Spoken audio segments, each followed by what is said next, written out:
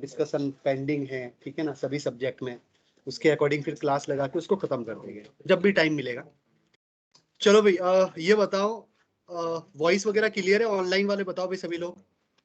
Yes yes okay, good good, ठीक है। आज आपको कुछ भी नहीं लिखना है, बस देखना है, ठीक है ना, सिर्फ देखना है आप। हाँ, एरोमेटिक वाला पार्ट सिर्फ आपको देखना है। नहीं, एरोमेटिक वाला पार्ट वो नहीं करेंगे, देखना है, मतलब वो मेरे पास में नोट्स है, मैं वहीं से कराऊंगा, लिखूंगा नहीं, ठीक है ना। एक्सप्लेनेशन पे फोकस करना है आपको, ठीक है। नोट्स वगैरह आप फिर आराम से यहाँ से बना सकते हो आराम से, और जब भी नोट्स बनाओ तो उस टाइम पर पूरा याद करके नोट्स बना देना, ठीक है, तो पूरा कवर हो जाएगा। आ जाओ जल्दी आ जाओ। अच्छा बताओ भाई, ऑनलाइन वाले विजिबल है, स्क्रीन पे सबको दिख रहा है? Yes sir. ओके, बढ़िया।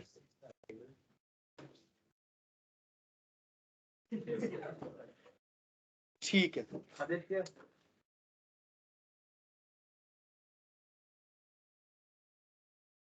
चलो भाई, ओके, स्टार्ट करते हैं। देखो, सबसे पहले हम डिस्कस करेंगे बेंजीन। सेटल हो जाओ भाई आराम से, कॉर्नर में, इधर उधर जहाँ बैठना है, पीछे बैठ जाओ आराम से, बढ़िया व्यवस्थित बैठोगे, कोई दिक्कत नहीं होगी। हाँ, है ना, बढ़िया जगह। चलो देखो, बेंजीन पहले डिस्कस करेंगे, ठीक है ना। वैसे एरोमेटिक कंपाउंड्स बहुत सारे हैं अपने सिलेबस के अंदर, बहुत सारे एरोमेटिक कंपाउंड हैं, लेकिन इंपॉर्टेंट एरोमेटिक कंपाउंड जो है वो कौन सा है आपका? बेंजीन है। तो पहले हम बेंजीन का प्रिपरेशन डिस्कस करेंगे, और फिर बेंजीन की हम केमिकल प्रॉपर्टी डिस्कस करेंगे, और जैसे हम केमिकल प्रॉपर्टी डिस्कस करेंगे वो एरोमेटिक कंपाउंड की क्या है? रिएक्शन है। मतलब बेंजीन के साथ में जो जो रिएक्शन हम डिस्कस करने वाले हैं, सिमिलर टाइप की रिएक्शन बाकी एरोमेटिक कंपाउंड के साथ में भी होगी, बट आपसे पूछेंगे नहीं, क्योंकि अपने सिलेबस के अंदर सिर्फ और सिर्फ क्या है? बेंजीन ही है। बट एरोमेटिक कंपाउंड की रिएक्शन कैसी होगी वो सब आपको बेंजीन से समझ में आ जाएगा।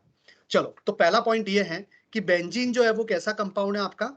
एरोमेटिक हाइड्रोकार्बन है बेंजीन, और इसका जो जनरल फॉर्मूला है, एरोमेटिक हाइड्रोकार्बन का जो जनरल फॉर्मूला होता है वो क्या है? CnH2n -6y। ये जनरल फॉर्मूला, जैसे अल्केन का हमने जनरल फॉर्मूला देखा था, अल्कीन का, अल्काइन का, उसी तरह से एरोमेटिक हाइड्रोकार्बन का जनरल फॉर्मूला CnH2n -6y, जिसको हम क्या बोलते हैं? अरीन बोलते हैं। क्या बोलते हैं? अरीन। एरोमेटिक कंपाउंड की जो रिंग होती है उसको हम क्या बोलते हैं? अरीन्स बोलते हैं। अब उसमें बेंजीन आ गया, उसमें ट्रोपाइलियन आयन आ गया, इसमें बहुत सारे जितने भी एरोमेटिक कंपाउंड वो सब उसमें आ जाते हैं। Where Y is a number of ring. Y जो है वो क्या इंडिकेट करता है यहाँ पर? Number of ring. जितनी भी हाइड्रोकार्बन की जो भी रिंग है वो रिप्रेजेंट करेगा ये वाई। तो जनरल फॉर्मूला याद रखना, और वाई कैलकुलेट करना है तो वाई नंबर ऑफ रिंग से आपको पता चल जाएगा। अच्छा, पहला पॉइंट ये इंपॉर्टेंट पॉइंट, एरोमेटिक हाइड्रोकार्बन्स जो है वो क्या करते हैं? जब इसको जलाओगे आप, ठीक है ना, ऑक्सीजन के प्रेजेंस में, तो क्या करते हैं? ये स्मोकी फ्लेम जो है वो देते हैं, ठीक है ना। अब स्मोकी फ्लेम क्यों देते हैं? Because percentage of carbon in aromatic hydrocarbon is greater than aliphatic hydrocarbon. Aliphatic मतलब क्या होता है? इस तरह का, ये एलिफेटिक हो गया, राइट। ये एलिफेटिक हाइड्रोकार्बन है कि नहीं? एलिफेटिक साइक्लिक भी होता है, एलिफेटिक नॉन साइक्लिक भी होता है। तो ये एलिफेटिक क्या है? साइक्लिक है। और अगर एन हेक्सेन है तो वो नॉर्मल हेक्सेन है, तो वो क्या हो जाएगा? Non cyclic. कुछ भी हो सकता है। ये अपना एलिफेटिक का मतलब हाइड्रोकार्बन है। और ये कौन सा हाइड्रोकार्बन है? एरोमेटिक हाइड्रोकार्बन है ना, benzene. Benzene is aromatic hydrocarbon. बताओ, इसके अंदर हाइड्रोजन का परसेंटेज क्या है? कम है, क्योंकि इसमें हाइड्रोजन कितने? 6 है, और इसमें हाइड्रोजन कितने? 12 है, ठीक है ना। तो इसमें हाइड्रोजन का परसेंटेज क्या है? कम। तो इसमें हाइड्रोजन का परसेंटेज क्या है? ज्यादा। इसमें कार्बन का परसेंटेज क्या है? ज्यादा। और इसमें कार्बन का परसेंटेज क्या है? कम। तो एरोमेटिक हाइड्रोकार्बन को जब हम बर्न करते हैं तो स्मोकी फ्लेम क्यों देता है? Because percentage of carbon in aromatic hydrocarbon is greater than aliphatic. जहां पे जितना ज्यादा कार्बन होगा ना, उतना ज्यादा वो जलने पे स्मोकी टाइप। यस, बोलो भाई, कुछ दिक्कत, कुछ प्रॉब्लम आ रही है? वॉइस वगैरह सब कुछ क्लियर है ना? बताओ। Yes sir. हाँ, यस तो क्लियर है पहला पॉइंट। क्वेश्चन आपसे पूछा जाएगा, एरोमेटिक और एलिफेटिक के अंदर अगर आप ऑक्सीडेशन कराओगे, आप बर्न कराओगे, तो स्मोकी फ्लेम कौन देता है? तो कौन देगा? एरोमेटिक। उसका रीजन अगर आपसे पूछे तो बोलोगे जिसमें जितना कार्बन का परसेंटेज होगा वो देगा। दोनों में कार्बन सेम है, लेकिन एक तरफ हाइड्रोजन ज्यादा होने की वजह से परसेंटेज कार्बन का क्या हो जाएगा, कम। हम परसेंटेज की बात कर रहे हैं ना, हम नंबर ऑफ कार्बन की बात नहीं कर रहे। क्लियर आ रहा है सबको समझ में? चलो अच्छा, बेंजीन को सबसे पहले किसने डिस्कवर किया था? Scientist Faraday. साइंटिस्ट फेराडे ने C6H6 को डिस्कवर किया था। अब वो C6H6 बेंजीन है कि क्या है वो बाद में पता चला, बट C6H6 को फेराडे ने डिस्कवर किया था। और बेंजीन की बेंजीन की बहुत सारी स्ट्रक्चर बनी, 98 और उससे भी ज्यादा थी, कुछ 118 या 108 समथिंग, मुझे नंबर भी याद नहीं है। बहुत सारी बेंजीन की स्ट्रक्चर्स बनाई थी, थ्योरेटिकल, हाइपोथेटिकल। फिर उसके बाद में एक एक स्ट्रक्चर को वो नेग्लेक्ट करते गए, मतलब ये इसमें ऐसा नहीं हो सकता है, ये रिंग अनस्टेबल बनेगी तो ये स्ट्रक्चर पॉसिबल नहीं है, ठीक है ना। और इस तरह से करेक्ट स्ट्रक्चर जो है वो कौन सी मिली? तो करेक्ट स्ट्रक्चर केकुले स्ट्रक्चर। कौन सी स्ट्रक्चर है? केकुले स्ट्रक्चर, जो कैसी है, ऐसी दिखती है ना हमें, बेंजीन की ऐसी स्ट्रक्चर बनाते हैं। अब इसमें पाई बॉन्ड इधर बना दो या इधर बना दो, उससे कोई फर्क नहीं पड़ता है। तो इधर पाई पाई सिंगल, इस तरह से ये रेजोनेटिंग स्ट्रक्चर है एक दूसरे की। क्लियर? तो ये केकुले स्ट्रक्चर है।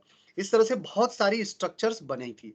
कितनी स्ट्रक्चर्स बनी? कुछ सेलेक्टेड स्ट्रक्चर्स मैं आपको बता रहा हूँ, ऐसी बहुत सारी स्ट्रक्चर है, लेकिन हमें उस पर फोकस नहीं करना है। कुछ इंपॉर्टेंट स्ट्रक्चर जो है वो कौन सी है? एक तो है आपकी प्रिज्म स्ट्रक्चर, एक है आपकी डायगोनल स्ट्रक्चर, एक है आपकी पैरेलल स्ट्रक्चर, एक है आपकी सेंट्रिक स्ट्रक्चर। इस तरह से अलग अलग साइंटिस्ट ने, ठीक है ना, डिफरेंट डिफरेंट साइंटिस्ट ने अलग अलग स्ट्रक्चर दी है। एक है आपकी पार्शियल डबल बॉन्ड, बेंजीन का पार्शियल डबल बॉन्ड फॉर्मूला। देखो किसी ने बेंजीन की ऐसी स्ट्रक्चर बनाई थी, इसका फॉर्मूला देखो, C6H6 है कि नहीं, 6 कार्बन है कि नहीं, 6 हाइड्रोजन है कि नहीं। तो प्रिज्म टाइप की स्ट्रक्चर किसी ने दी थी, C6H6 को प्रिज्म जैसा भी बताया था, लेकिन फिर से उसको नेग्लेक्ट कर दिया, रिजेक्ट कर दिया। क्यों रिजेक्ट किया? क्योंकि यहाँ पे 3 मेंबर की रिंग है, हाईली अनस्टेबल है, एंगल स्ट्रेन है। तो रिजेक्ट करने का एक्सप्लेनेशन मेरे पास में भी नहीं है, क्यों उसको रिजेक्ट किया। रिजेक्ट करने की बहुत सारे रीजन है वहां पर, बट हमें उस पर फोकस भी नहीं करना है और डिस्कस भी नहीं करना है। तो एक स्ट्रक्चर ऐसी है, डायगोनल में ऐसा था, एक इधर से इधर बॉन्ड बना रहा है, ये कार्बन आपस में बॉन्ड बना रहा है इस तरह से, और ये वाला कार्बन इसके साथ में बॉन्ड बना रहा है, ये बीच में जुड़ा हुआ नहीं है, राइट, अटैच नहीं है, डायगोनल बॉन्ड, इधर से इधर, फिर इधर से इधर, इधर से इधर, ठीक है ना। तो इसका भी फॉर्मूला देखो, 6 कार्बन है और 6 हाइड्रोजन है। तो C6H6 बेंजीन जैसा ही होगा ये जरूरी नहीं है, उसकी मॉलिक्यूलर स्ट्रक्चर बहुत सारी बन सकती है। तो ये सभी बनाए, देखो ऐसी भी बनाई, इसका भी फॉर्मूला ऐसे ही है।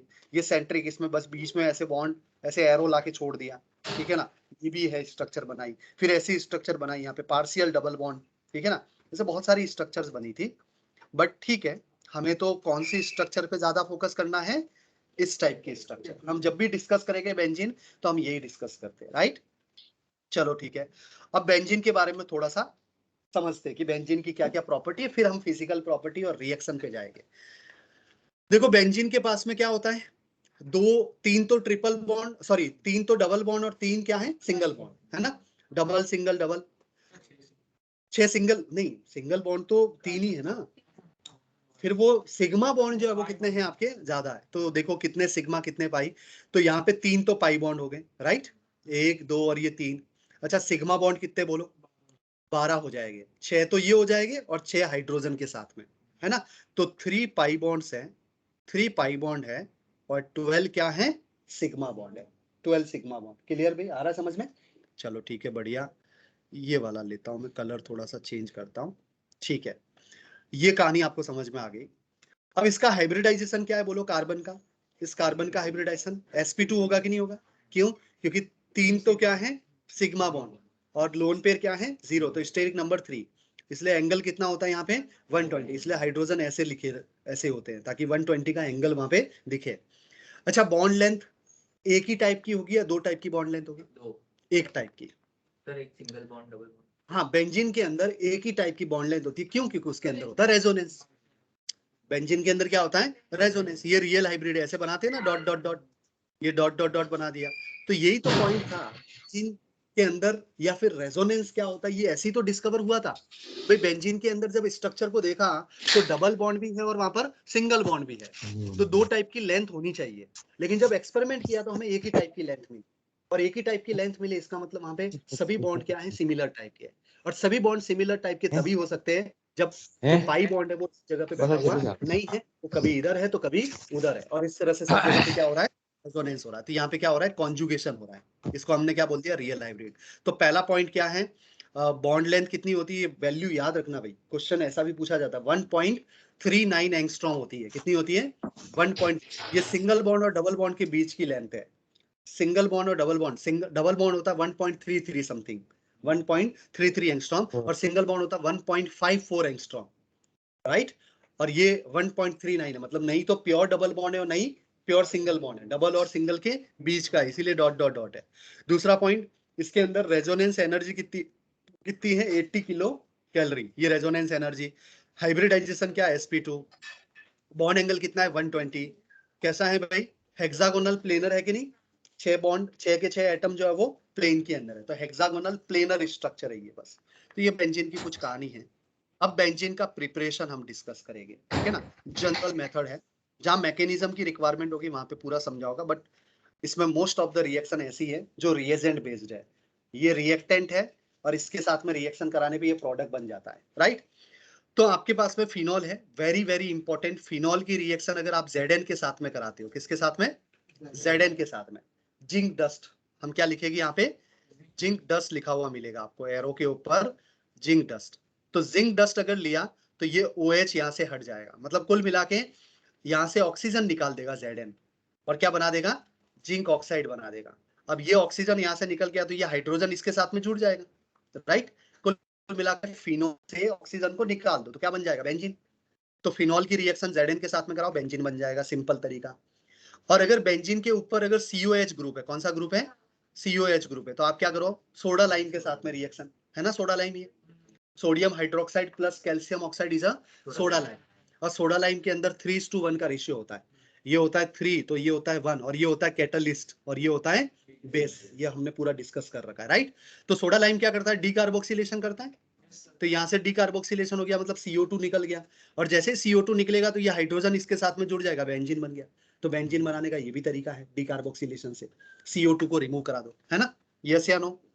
नेक्स्ट रिएक्शन है बेंजीन सल्फोनिक एसिड, ये बेंजीन है और ये क्या है, सल्फोनिक एसिड है, SO3H इज अ सल्फोनिक, तो इसको पूरा बोलेंगे बेंजीन सल्फोनिक एसिड। और बेंजीन सल्फोनिक एसिड का हमने क्या करा दिया, हाइड्रोलाइसिस, वाटर के साथ में रिएक्शन। जैसे ही वाटर के साथ में रिएक्शन कराओगे तो H2SO4 बन जाएगा, क्या बन जाएगा, तो H2SO4 यहाँ से निकल गया, और H2SO4 निकलेगा तो बचा हुआ पार्ट कौन सा होगा, C6H6। अच्छा पॉइंट, इंपॉर्टेंट पॉइंट क्या है, ये एक रिवर्सिबल रिएक्शन है, कैसी रिएक्शन है, रिवर्सिबल है। ये फॉरवर्ड में भी चल रही है और ये बैकवर्ड में भी चल रही है, और दोनों की जो स्टेट है ना वो सेम, मतलब स्टेट मतलब वो फॉरवर्ड में भी जा सकती है और वो बैकवर्ड, रेट दोनों की इक्वल है, ऐसा बोल सकते हो। या फिर ऐसा बोलो, और थोड़ा सा सिंपल करना है तो ऐसा बोलो, फॉरवर्ड एक्टिवेशन एनर्जी और बैकवर्ड एक्टिवेशन एनर्जी दोनों क्या है, इक्वल। एक्टिवेशन एनर्जी आपको पता है, एक्टिवेशन एनर्जी का मतलब होता है किसी मॉलिक्यूल को एक्टिवेट करने के लिए एनर्जी, ऐसा होता है ना एक्टिवेशन एनर्जी, ऐसा ग्राफ, एनर्जी प्रोफाइल ग्राफ ऐसा होता है, देखो ये है आपका रिएक्टेंट, इतनी एनर्जी लेके फिर ये प्रोडक्ट बनता है, याद आ रहा है, थर्मो में हमने पढ़ा था ना, राइट। तो ये जो एनर्जी है यहां से लगा के यहां तक की जो एनर्जी है, इस एनर्जी को हम क्या बोलते हैं, एक्टिवेशन एनर्जी, ये एक्टिवेशन एनर्जी है। फॉरवर्ड की एक्टिवेशन एनर्जी और बैकवर्ड की एक्टिवेशन एनर्जी यहाँ पे क्या होती है, इक्वल। तो ये क्या है, बेसिकली इक्विलिब्रियम है, रिवर्सिबल रिएक्शन है। तो क्वेश्चन थियोरेटिकल ऐसा पूछा जाता है कि अगर बेंजीन सल्फोनिक एसिड से अगर आपको बेंजीन बनाना है तो वो रिएक्शन रिवर्सिबल है, इरिवर्सिबल है, फॉरवर्ड एक्टिवेशन एनर्जी बैकवर्ड के इक्वल है, अनइक्वल है, ऐसे छोटे छोटे थियोरेटिकल क्वेश्चंस बहुत सारे यहाँ पे बना सकते हैं, तो ये भी याद रखोगे आप। नाउ इंपॉर्टेंट रिएक्शन है ग्रिग्नार्ड के साथ में रिएक्शन, ठीक है ना, इससे भी आप बना सकते हो। क्या ये ग्रिग्नार्ड रिएजेंट है, दिस इज RMgX, इसको बोल दिया हमने R, और इसके साथ में ये क्या है Mg, और ये X है। R पे कौन सा चार्ज होता है, नेगेटिव चार्ज होता है, और Mg पे कौन सा चार्ज है, पॉजिटिव चार्ज है। तो ये नेगेटिव वाला पार्ट किसके साथ में जुड़ेगा, वाटर के पॉजिटिव के साथ में जुड़ेगा, और नेगेटिव पार्ट क्या है, C6H5 माइनस, बेंजीन वाला पार्ट है, क्या है, बेंजीन। और ये नेगेटिव फिर क्या करेगा, H प्लस को ले लेगा, तो ये बेंजीन बनेगा कि नहीं, बोलो। कुल मिला के ये H आके जुड़ गया तो 5 की जगह पे क्या हो जाएगा, 6 हो जाएगा, तो बेंजीन बन जाएगा। और इस Mg के साथ में कौन जुड़ेगा, ये नेगेटिव वाला पार्ट, तो ऐसा। तो बेंजीन बनाने के तरीके हम देख रहे हैं, और एक इंपॉर्टेंट तरीका तो हमने देखा ही था, कौन सा था, कौन सा था, डिहाइड्रोजिनेशन। डिहाइड्रोजिनेशन देखा था ना हमने, एरोमेटिक कंपाउंड का प्रिपरेशन, एन हेक्सेन लिया था हमने, और हमने Cr2O3 Al2O3 के साथ में रिएक्शन कराई थी, हाई टेम्परेचर पर, तो पहले क्या होता था, टर्मिनल हाइड्रोजन निकल रहे थे, यस या नो? ये आपका एन हेक्सेन है कि नहीं, बोलो। ये आपका एन हेक्सेन है, एन हेक्सेन का ये वाला कार्बन और ये वाला कार्बन टर्मिनल कार्बन, तो टर्मिनल हाइड्रोजन, ये टर्मिनल हाइड्रोजन पहले निकल जाते हैं, और जैसे ही H2 निकलेगा तो रिंग बन जाएगा, फिर यहाँ से पाई बॉन्ड बनना शुरू हो जाएगा, मतलब और हाइड्रोजन निकलेगा। एन हेक्सेन से टोटल कितने हाइड्रोजन निकलेंगे, 4। कितने निकलेंगे, 4। बोलो 4 मोल हाइड्रोजन निकलेंगे, यस या नो? पहला मोल कौन सा, रिंग बनाने में, बाकी के 3 मोल कौन सा, एरोमेटिक बनाने में।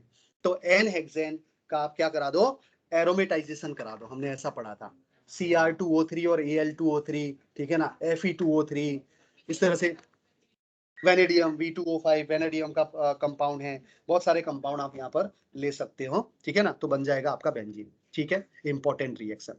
नाउ लास्ट रिएक्शन हमने लास्ट क्लास में हमने पढ़ा था, 3 मोल क्या ले लो आप, इथाइन ले लो, डिस्कस किया ना हमने, 3 मोल इथाइन। 3 मोल इथाइन की रिएक्शन किसके साथ में कराओगे, रेड हॉट आयरन के साथ में। रेड हॉट आयरन क्या कर देगा, सीधा उसको पॉलीमराइजेशन ऑफ इथाइन, मतलब बेंजीन बन जाएगा, ये भी तरीका है। और इंपॉर्टेंट क्या है, हालांकि इसके बारे में अभी कभी हमने पढ़ा नहीं है, बट ये भी वेरी वेरी इंपॉर्टेंट, और ये कम से कम ऑर्गेनिक केमिस्ट्री 12th के अंदर हम इस रिएक्शन को कम से कम 7 से 8 बार डिस्कस करते हैं, सेम रिएक्शन ये वाली। क्यों? क्योंकि ये ऐसी रिएक्शन है जिससे आप जैसा कंपाउंड बनाना चाहते हो बन जाएगा। आप फिनॉल बनाना चाहते हो, आप एल्कोहल बनाना चाहते हो, आप अगर एल्डिहाइड बनाना चाहते हो, आप एल्काइल हैलाइड बनाना चाहते हो, जो बनाना चाहते हो ये बन सकता है, बस बीच में ये इंटरमीडिएट बनाना पड़ेगा, ठीक है ना। तो रिएक्शन क्या है, फ्रॉम एनिलीन, एनिलीन से भी हम बना सकते हैं।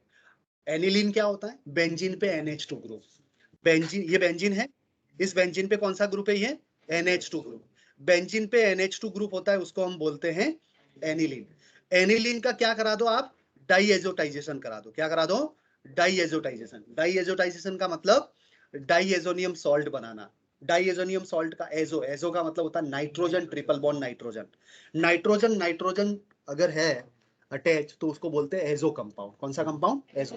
तो डाई एजोनियम सॉल्ट बनाना है, तो कैसे बनाएंगे, देखो, हम एनिलीन की रिएक्शन NaNH2 के साथ में कराएंगे, NaNO2 और HCl के साथ में, NaNO2 प्लस HCl, ये दोनों आपस में रिएक्ट करके क्या बनाते हैं, HNO2 बनाते हैं। तो या तो कंटेनर के अंदर HNO2 ले लो, और लैब में अगर HNO2 नहीं है, NaNO2 जनरली मिल जाता है, तो उसके साथ में HCl आप ऐड कर दो, तो ये दोनों मिलके यही बनाते हैं। तो ये रिएजेंट लो या ये रिएजेंट लो, ये दोनों मिलके इस NH2 को किस में कन्वर्ट कर देते हैं, इसमें। इसके बहुत सारे स्टेप है, कम से कम 7-8 स्टेप है, उसके बाद में ये समझ में आता है बनता कैसे है।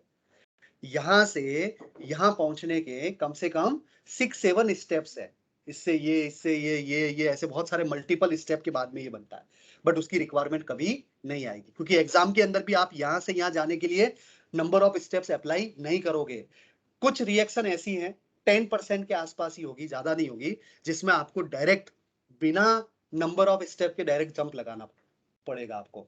अगर नंबर ऑफ स्टेप्स अगर करने गए तो आप यहीं तक पहुंच जाओगे, क्वेश्चन तो यहीं से स्टार्ट होता है, तो पहले ये बनाना पड़ेगा, फिर उसके बाद में क्वेश्चन स्टार्ट होता है, तो हम क्यों करेंगे वैसा काम। तो याद रखना, रखने वाली चीज है, एनिलीन का जो NH2 ग्रुप है वो NH2 किस में कन्वर्ट हो जाएगा, N2 प्लस, क्या बन जाएगा, N2 प्लस, और प्लस है तो उसके साथ में कौन रहेगा, माइनस, तो N2 प्लस Cl, राइट। और ये जो N2 है ना, ये N2 एक अच्छा लिविंग ग्रुप है, बोलो ये लिविंग ग्रुप है कि नहीं, ये गुड लिविंग ग्रुप है।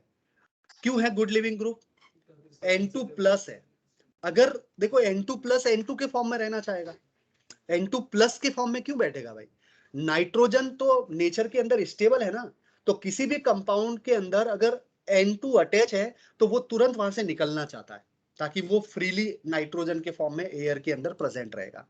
तो ये क्या है, अच्छा लिविंग ग्रुप है। तो हमने बेंजीन पे गुड लिविंग ग्रुप बना दिया। अब गुड लिविंग ग्रुप बना दिया तो अब इस पॉइंट पर, इस जगह पर किसी भी दूसरे कंपाउंड का अटैक करा के इसको निकाल सकते हो। इसीलिए मैंने बोला कि जो बनाना चाहते हो वो बन जाएगा। अगर आप OH माइनस के साथ में रिएक्शन कराओगे तो यहाँ पे फिनॉल बन जाएगा, अगर यहाँ पे NH2 माइनस के साथ में रिएक्शन कराओगे तो फिर से एनिलीन बन जाएगा, अगर यहाँ पे हेलोजन X के साथ में रिएक्शन कराओगे तो यहाँ पे एल्काइल हैलाइड हेलो एरिन बन जाएगा, ठीक है ना। क्या मेरी बात को समझ पा रहे हो। तो ये बहुत ही इंपॉर्टेंट कंपाउंड है, इसको बोलते हैं बेंजीन डाइएजोनियम क्लोराइड। ये है बेंजीन, ये है डाइएजोनियम, 2 नाइट्रोजन इसलिए डाइएजोनियम, और ये Cl मतलब क्या हो गया, क्लोराइड। तो डाइएजोनियम क्लोराइड से हम बहुत कुछ बना सकते हैं। हमने वाटर के अंदर उसको रिएक्ट करा दिया, किसके अंदर? वाटर। तो ये जो वाटर है वो यहाँ से इसको डिसॉल्व कर, ये आयोनिक कंपाउंड है ना, तो आयोनिक कंपाउंड को क्या कर देगा? ये डिसॉल्व कर देगा, ठीक है ना। तो यहाँ से N2 निकल जाएगा, क्या निकल जाएगा? ये N2 यहाँ से रिमूव हो जाएगा और सीधा क्या बन जाएगा? आपका बेंजीन बन जाएगा। Right, clear, simple reaction. Recall करना है जितना मैं अभी यहाँ पे डिस्कस कर रहा हूँ, फिर से लास्ट में पूछने वाला हूँ, और स्क्रीन पे कुछ नहीं दिखेगा, फिर भी अपने दिमाग में प्रोडक्ट कैसे कैसे कौन कौन से स्टेप से बनेगा सब याद करना, अभी मैं पूछने वाला हूँ, ठीक है। अच्छा, दूसरा क्या है? रिडक्शन करा दो आप। किसका रिडक्शन करा दो? डाइओजोनियम सॉल्ट का। किसका? ये बना दिया, इसको वाटर के अंदर ऐड कर दिया तो ये बन जाएगा। और वाटर के अंदर अगर ऐड नहीं कर रहे हो तो आप क्या करा दो? रिडक्शन करा दो। अब ये डाइओजोनियम सॉल्ट है, राइट, है ना डाइओजोनियम सॉल्ट। और डाइओजोनियम सॉल्ट का रिडक्शन, रिडक्शन कैसे करा सकते हैं? SnCl2 ले लो इन बेसिक मीडियम, या फिर इथेनॉल ले लो इन एसिटिक एसिड, फॉर्मिक एसिड, या H3PO2 ले लो इन वाटर। ये सब क्या है? हाइड्रोजन की सप्लाई करने वाले मॉलिक्यूल है। ये सब क्या करते हैं? हाइड्रोजन की सप्लाई। इसमें भी मैकेनिज्म आपको नहीं मिलेगी, सब हाइड्रोजन की सप्लाई करते हैं भाई। SnCl2, फिर ये आपका इथेनॉल हो जाएगा, ठीक है ना, फिर आपका हो जाएगा H3PO2। इन सब का काम, कोई भी एक रिएजेंट ले लो, बट मल्टीपल रिएजेंट मैंने एक ही जगह पे लिखे, बट इसमें से कोई भी एक होगा तो ये हाइड्रोजन की सप्लाई करेगा, ये निकल जाएगा और यहाँ पे हाइड्रोजन जुड़ जाएगा, है ना। और हाइड्रोजन जैसे ही जुड़ेगा तो ये क्या बन जाएगा? आपका बेंजीन बन जाएगा। तो ये बेंजीन बन गया और यहाँ से नाइट्रोजन गैस निकल जाएगी और यहाँ पे HCl बन जाएगा। बोलो, समझ में आ रहा है? तो डाइओजोनियम सॉल्ट से हमने दो बार बेंजीन बना दिया। एक बार हमने वाटर के साथ में रिएक्शन करा दी और एक बार हमने क्या करा दिया? रिडक्शन करा दिया। क्लियर भाई? चलो बढ़िया। फ्रॉम पेट्रोलियम, पेट्रोलियम से भी आप बना सकते हो भाई। पेट्रोलियम से कैसे बनाओगे? देखो, डिहाइड्रोजिनेशन कराना, और कुछ नहीं करना है। डिहाइड्रोजिनेशन से बनता है भाई। देखो, कोई अल्केन लोगे, जैसे हेक्सेन लिया था अपन ने। अब अल्केन का आपने क्या करा दिया? डिहाइड्रोजिनेशन करा दिया आपने, हाई टेम्परेचर ले लिया। तो अल्केन को जैसे हाई टेम्परेचर दोगे तो क्या रिमूव होगा? हाइड्रोजन। क्या बन जाएगा? अल्कीन। अब जो अल्कीन आपने बनाया है, ठीक है ना, ये अल्कीन बन गया। अब ज्यादा टेम्परेचर दोगे और एरोमेटिक अगर बन सकता है तो वो एरोमेटिक बन जाएगा, अल्कीन। मतलब अगर सिंपल सा एन हेक्सेन ले लिया आपने, हाई टेम्परेचर दे दिया तो 4 हाइड्रोजन के मॉलिक्यूल निकल गए, अल्कीन। बट वो अल्कीन कैसा है? बेंजीन। अल्कीन का मतलब पाई बॉन्ड, और पाई बॉन्ड मल्टीपल हो सकते हैं भाई अल्कीन के अंदर, तो वो बेंजीन बन जाएगा। या फिर आप क्या करा सकते हो? डिल्स-एल्डर रिएक्शन करा सकते हो। कौन सी reaction? Diels Alder reaction, pericyclic reaction. कौन सी reaction? Pericyclic is a mechanism. Pericyclic की मैकेनिज्म अपने सिलेबस में वो सीधे एमएस में आती है। पेरिसाइक्लिक मैकेनिज्म का मतलब होता है दो कंपाउंड को पास में लाना, आपस में ऑर्बिटल ओवरलैप करना शुरू कर देगा। दो कंपाउंड को पास में लाओगे तो ऑर्बिटल ओवरलैपिंग स्टार्ट हो जाएगी। ऐसा नहीं कि एक दूसरे पे अटैक कर रहा है या कार्बोकेटाइन बन रहा है, कार्बेनाइन बन रहा है, ऐसा कुछ भी नहीं है। आपस में ऑर्बिटल ओवरलैप करेंगे, उसको बोलते हैं पेरिसाइक्लिक रिएक्शन। तो यहाँ पे क्या होता है? देखो, मेरे पास में एक ये कंपाउंड है, बोलो, 1,3 ब्यूटाडाइन है, 1,3 ब्यूटाडाइन। तो 1,3 ब्यूटाडाइन की रिएक्शन हमने किसके साथ में कराई? इथीन के साथ में। तो इसका जो p ऑर्बिटल है और इसके जो p ऑर्बिटल है, ये दोनों आपस में आने से इसके p ऑर्बिटल क्या करते हैं? ओवरलैप करते हैं। तो ये वाला पाई बॉन्ड टूट के इधर सिग्मा बॉन्ड बना रहा है, राइट, ये इधर सिग्मा बॉन्ड बना रहा है, ये कार्बन आपस में जुड़ जाएंगे और ये वाला बॉन्ड इधर चला जाएगा और ये वाला बॉन्ड इधर आ जाएगा, राइट। तो ये जो नया बॉन्ड बना है ये एक पाई बॉन्ड से बना है और ये जो बॉन्ड बना है ये भी पाई बॉन्ड से बना है, राइट। और इधर वाला पाई बॉन्ड इधर शिफ्ट हो गया। बोलो, समझ में आया? कुछ नहीं किया, देखो फिर से देख लो एक बार मूवमेंट। ये वाला जो पाई बॉन्ड है वो आया इधर, तो इस कार्बन के और इस कार्बन के बीच में ये पाई बॉन्ड सिग्मा बॉन्ड बन गया इधर। और अब ये कार्बन तो 5 बॉन्ड बना देगा, इसीलिए तुरंत जैसे ही वो आके जुड़ेगा ये वाला बॉन्ड किधर चला जाएगा? इधर। तो इधर बन गया पाई बॉन्ड, बोलो। और ये वाला जो पाई बॉन्ड था, ये वाला पाई बॉन्ड किधर चला गया? इधर। तो ये पाई बना रहा इधर सिग्मा, ये पाई बना रहा इधर सिग्मा, और ये पाई चला जा रहा है बीच में, तो बन गया ऐसा। और फिर इसका क्या करा दो? हाई टेम्परेचर दे दो। हाई टेम्परेचर दोगे तो और हाइड्रोजन के मॉलिक्यूल 2 निकल जाएंगे तो बेंजीन बन जाएगा। तो बेंजीन बनाने का तरीका है कि नहीं? या तो आप क्या करा दो, सीधा अल्केन हेक्सेन ले लो। क्या ले लो? हेक्सेन। एन हेक्सेन को हाई टेम्परेचर दे दो, सीधा बेंजीन बन जाएगा। या फिर अगर आपके पास में लैब में हेक्सेन नहीं है तो आप दो कंपाउंड ऐसे दे दो, एक 4 कार्बन वाला और एक 2 कार्बन वाला। और उनके बीच में क्या करा दो, पेरिसाइक्लिक रिएक्शन। तो ये इसके साथ में, वो उसके साथ में, और ऐसा बन गया। और फिर हाई टेम्परेचर देके क्या करा दो, हाइड्रोजन रिमूव करा दो यहाँ से। बोलो समझ में आ रहा है? ये वाले हाइड्रोजन निकल गए H2 के फॉर्म में, ये वाला हाइड्रोजन H2 के फॉर्म में। अरे कहाँ से आवाज आ रही है भाई ऑनलाइन में, बताओ। लैपटॉप को कौन सिर पकड़ रहा है, मतलब पटक रहा है भाई? हाँ बताओ, कोई दिक्कत? सब सही चल रहा है? पहले ये बता दो भाई। वॉइस वगैरह सब कुछ आ रही है? बढ़िया, Yes, स्क्रीन पे दिख रहा है सबको? Yes, यस या sir. नो? Yes. हाँ चलो यस बढ़िया। सर। तो माइक ऑफ कर दो भाई, अगर कहीं जंगल में घूम रहे हो तब भी माइक ऑफ कर दो। वहीं से आता जनरली ऐसी ऐसी आवाज है। तो चलो ठीक है, बढ़िया। तो ये बन गया भाई बेंजीन, कोई दिक्कत नहीं। चलो नेक्स्ट रिएक्शन क्या है, फ्रॉम कोल्टार। कोल्टार के साथ, कोल्टार का क्या कराते हैं, फ्रैक्शनल डिस्टिलेशन। कोल्टार क्या है, पेट्रोलियम, ठीक है ना। तो उसका क्या करा दो, फ्रैक्शनल डिस्टिलेशन करा दो। अब फ्रैक्शनल डिस्टिलेशन कराओगे तो कोल्टार के अंदर क्या होता है, एक होता है बेंजीन, एक होता है टोलुइन, और एक होता है जाइलिन। इसका मिक्सचर होता है। कोल्टार क्या होता है, मिक्सचर होता है। किसका मिक्सचर होता है, बेंजीन, टोलुइन और जाइलिन, ठीक है ना। लाइट ऑयल है ये, ठीक है ना। ये मिक्सचर है पूरा। अब फ्रैक्शनल डिस्टिलेशन कैसे किया, सबसे पहले इस मिक्सचर को 80 डिग्री सेल्सियस टेम्परेचर दे दिया। जैसे ही 80 डिग्री सेल्सियस टेम्परेचर दोगे तो बेंजीन बाहर निकल जाएगा। फिर 110 पे कौन निकलेगा, टोलुइन। फिर 140 पे निकालना चाहते हो तो ठीक, नहीं तो उसी कंटेनर में रख दो, तो जाइलिन उसी में मिल जाएगा आपको। या फिर आपको सेपरेट करना है तो 140 दे दो। ये सबका क्या है, बॉइलिंग पॉइंट है। अच्छा, बेंजीन मतलब तो आपको पता ही है, राइट। टोलुइन मतलब क्या होता है, एक मिथाइल ग्रुप, है ना। टोलुइन का मतलब हो जाएगा आपका मिथाइल ग्रुप। और जाइलिन का मतलब क्या होता है, दो मिथाइल ग्रुप। एक मिथाइल का मतलब होता है टोलुइन, ये हो गया आपका टोलुइन। और जाइलिन मतलब ऐसा हो जाएगा, दो मिथाइल।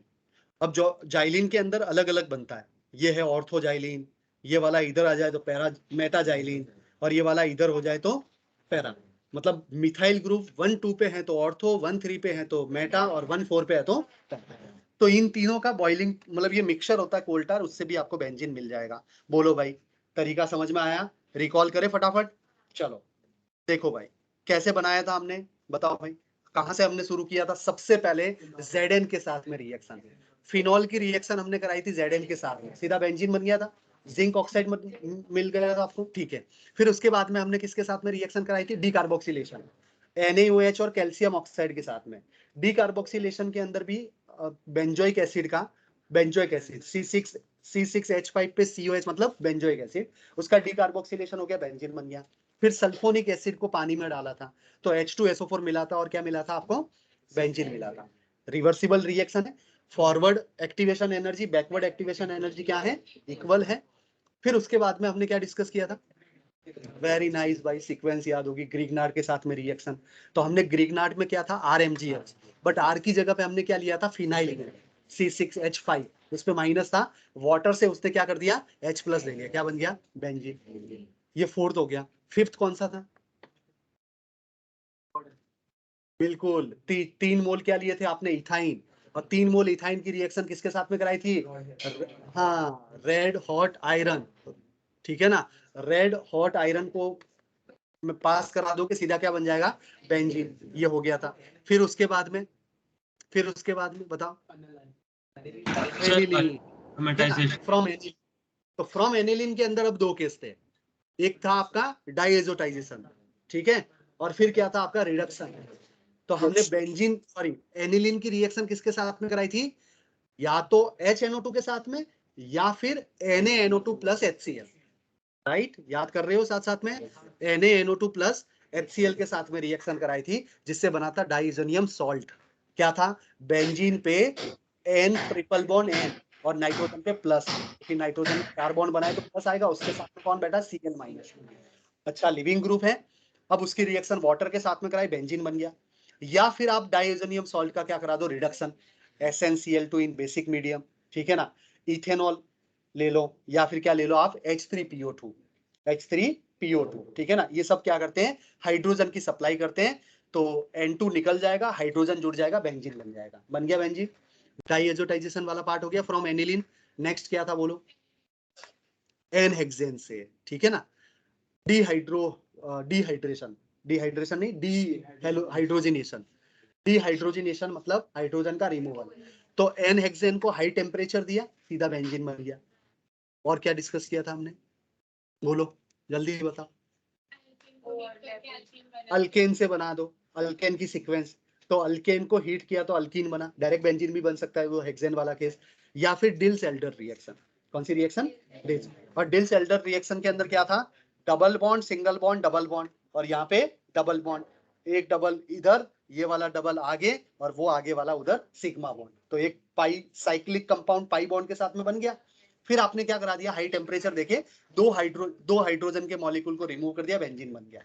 और बोलो आगे क्या था और तरीका, जल्दी बताओ। पेट्रोलियम इंडस आप बना सकते हो। देखो एक बार फटाफट देखो क्या डिस्कस। अरे भाई बंद करो ना यार, क्या परेशान हो रहे हो। हाँ, कोई समस्या।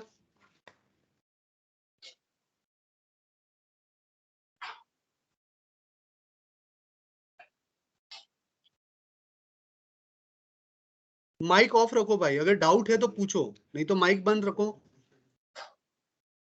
और ज्यादा डिस्टरबेंस आ रहा है तो माइक ऑन ही मत करो।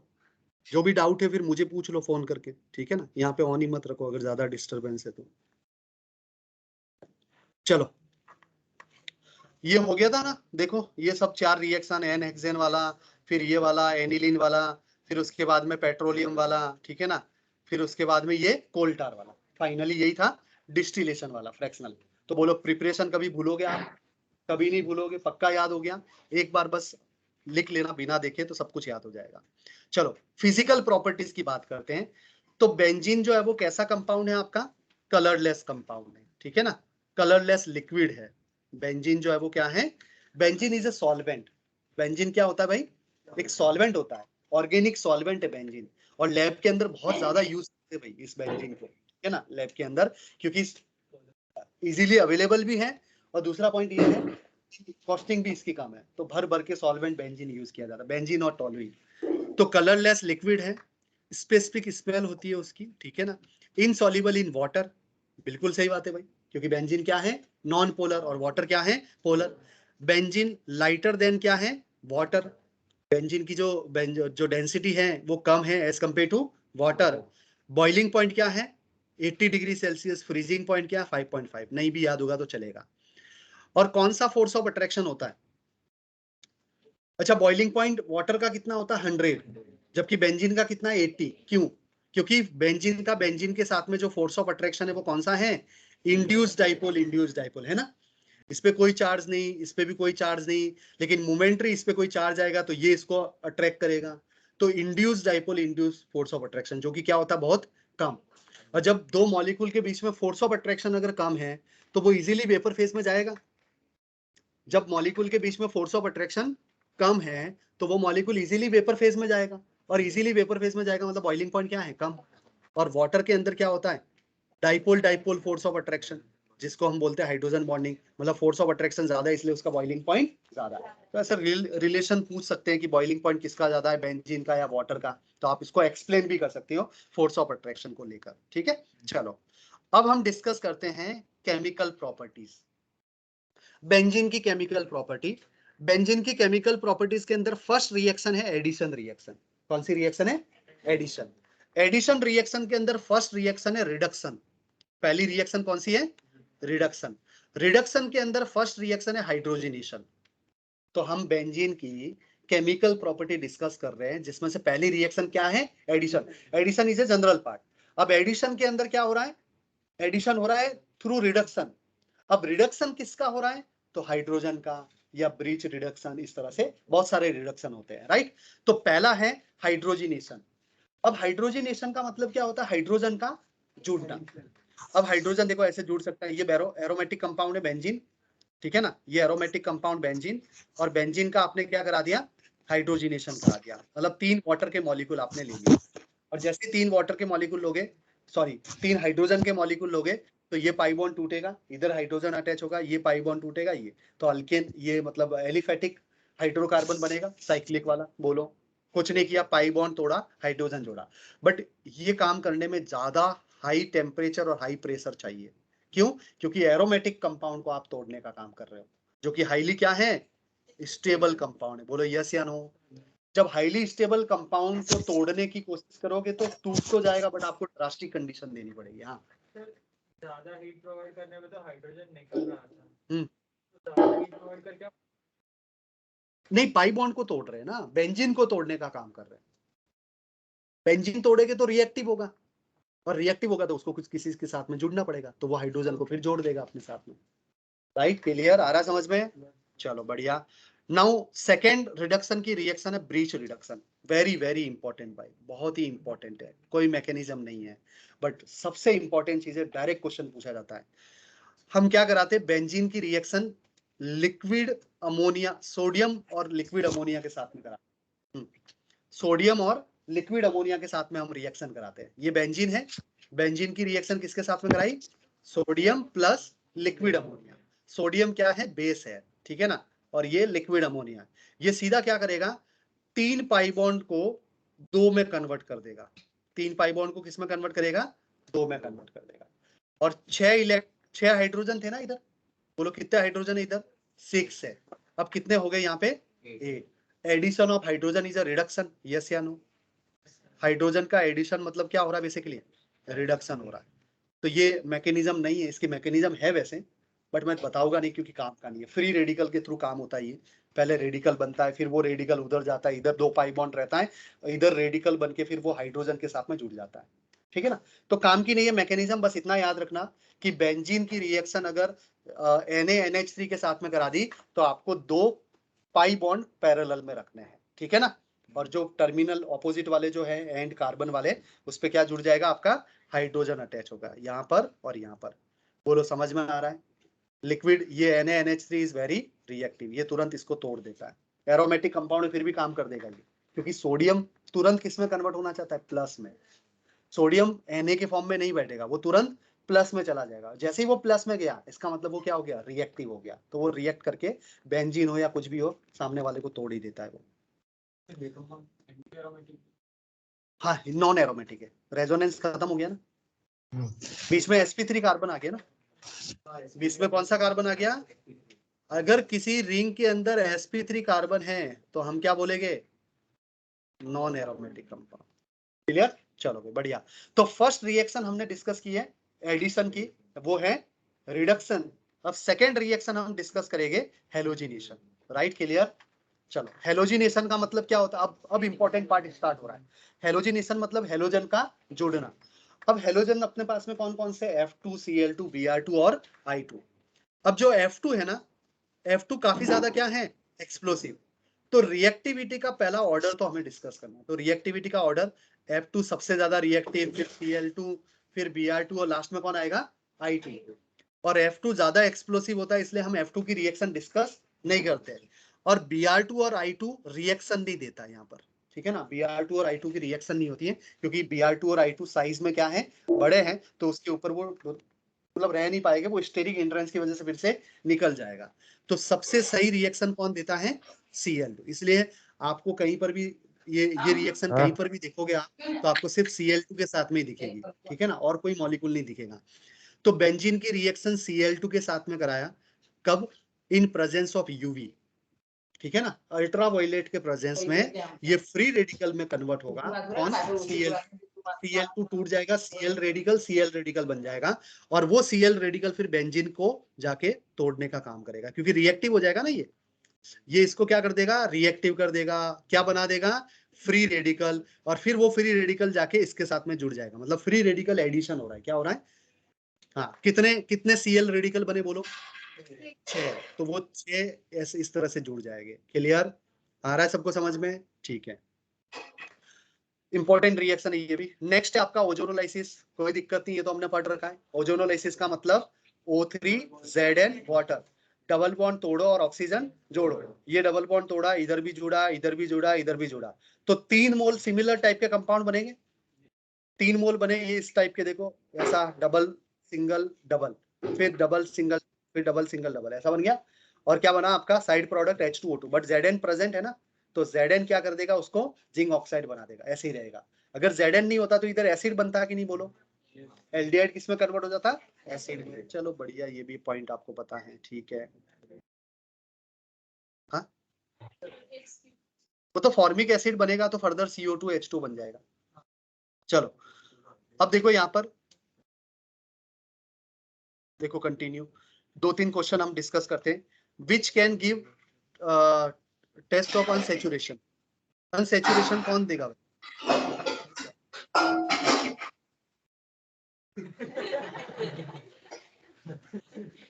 तो जिसमें पाई बॉन्ड, हाँ तो बेंजीन तो नहीं देगा ना, बेंजीन अनसेचुरेशन। अरे भाई ये हो गया,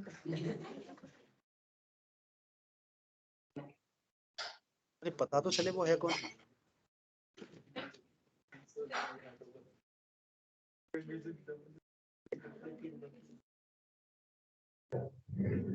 अच्छा कौन है भाई जो बार बार माइक ऑन कर रहा है? हाँ? पक्का, हाँ क्या हो गया भाई, प्रथम बताओ, कोई दिक्कत?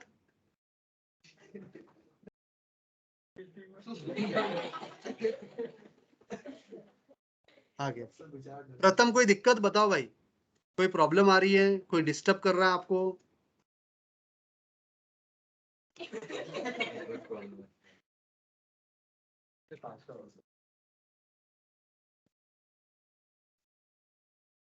ऐसा कुछ है कि फिर से क्लास में ही नहीं आए? मीटिंग लॉक कर हाँ, लेकिन सर किसी का डिस्कनेक्ट हो वो गया मैं नहीं करता हूँ जनरली ऐसा। चलो ठीक है, नहीं अब करेगा डिस्टर्ब तो भगा ही देंगे। चलो तो भाई बेंजीन नहीं करता, क्योंकि बेंजीन क्या है, स्टेबल कंपाउंड है, और इसके पास में सिंगल बॉन्ड है, ये ट्रिपल है और ये क्या है, डबल है, तो ये करेगा। और कौन करेगा, ये देगा क्या? नहीं, फिनॉल नहीं देता है, ये भी नहीं देगा, ये देगा, है ना, यस या नो, ये देगा। और इसमें ये नहीं देगा लेकिन ये तो देगा, ठीक है। तो ऐसे क्वेश्चंस भी पूछे जाते हैं। हाँ भाई, हाँ बेंजीन नहीं देता है ना, benzene does not give test of unsaturation, क्यों? क्योंकि benzene contain 3 double bond and it can prove by addition reaction. 3 double bond होते, ये एडिशन रिएक्शन से प्रूव भी कर दिया है। एडिशन हो रहा था ना अभी, सीएल कॉन्जुगेशन है, कॉन्जुगेशन की वजह से स्टेबल कंपाउंड है, इसकी वजह से वो किसी के साथ में एडिशन रिएक्शन नहीं देता। क्लियर? हाँ तो सेवेंथ वाला नहीं, 7th वाला रेजोनेंस हो रहा है लेकिन एरोमेटिक नहीं है ना। एरोमेटिक कंपाउंड सबसे ज्यादा स्टेबल होते हैं एज कंपेयर टू रेजोनेंस। तो यहाँ पे रेजोनेंस हो रहा है, रेजोनेंस हो रहा है, ठीक है ना, स्टेबल है। लेकिन बेंजीन तो सबसे ज्यादा स्टेबल है, इसलिए बेंजीन नहीं देगा, बाकी जितने भी केस बनेंगे वो सब दे देंगे, राइट।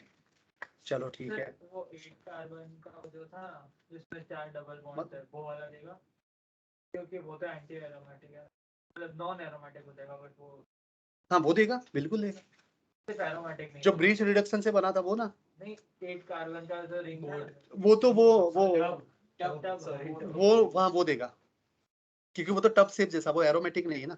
अच्छा ये अनसेचुरेशन को कैसे कंफर्म करते थे? Br2 के साथ में रिएक्शन और बेयर्स रिएक्शन, दो चीजें थी। Br2 का कलर कैसा था बोलो, रेडिश ब्राउन, और वो डिसअपियर हो जाता था।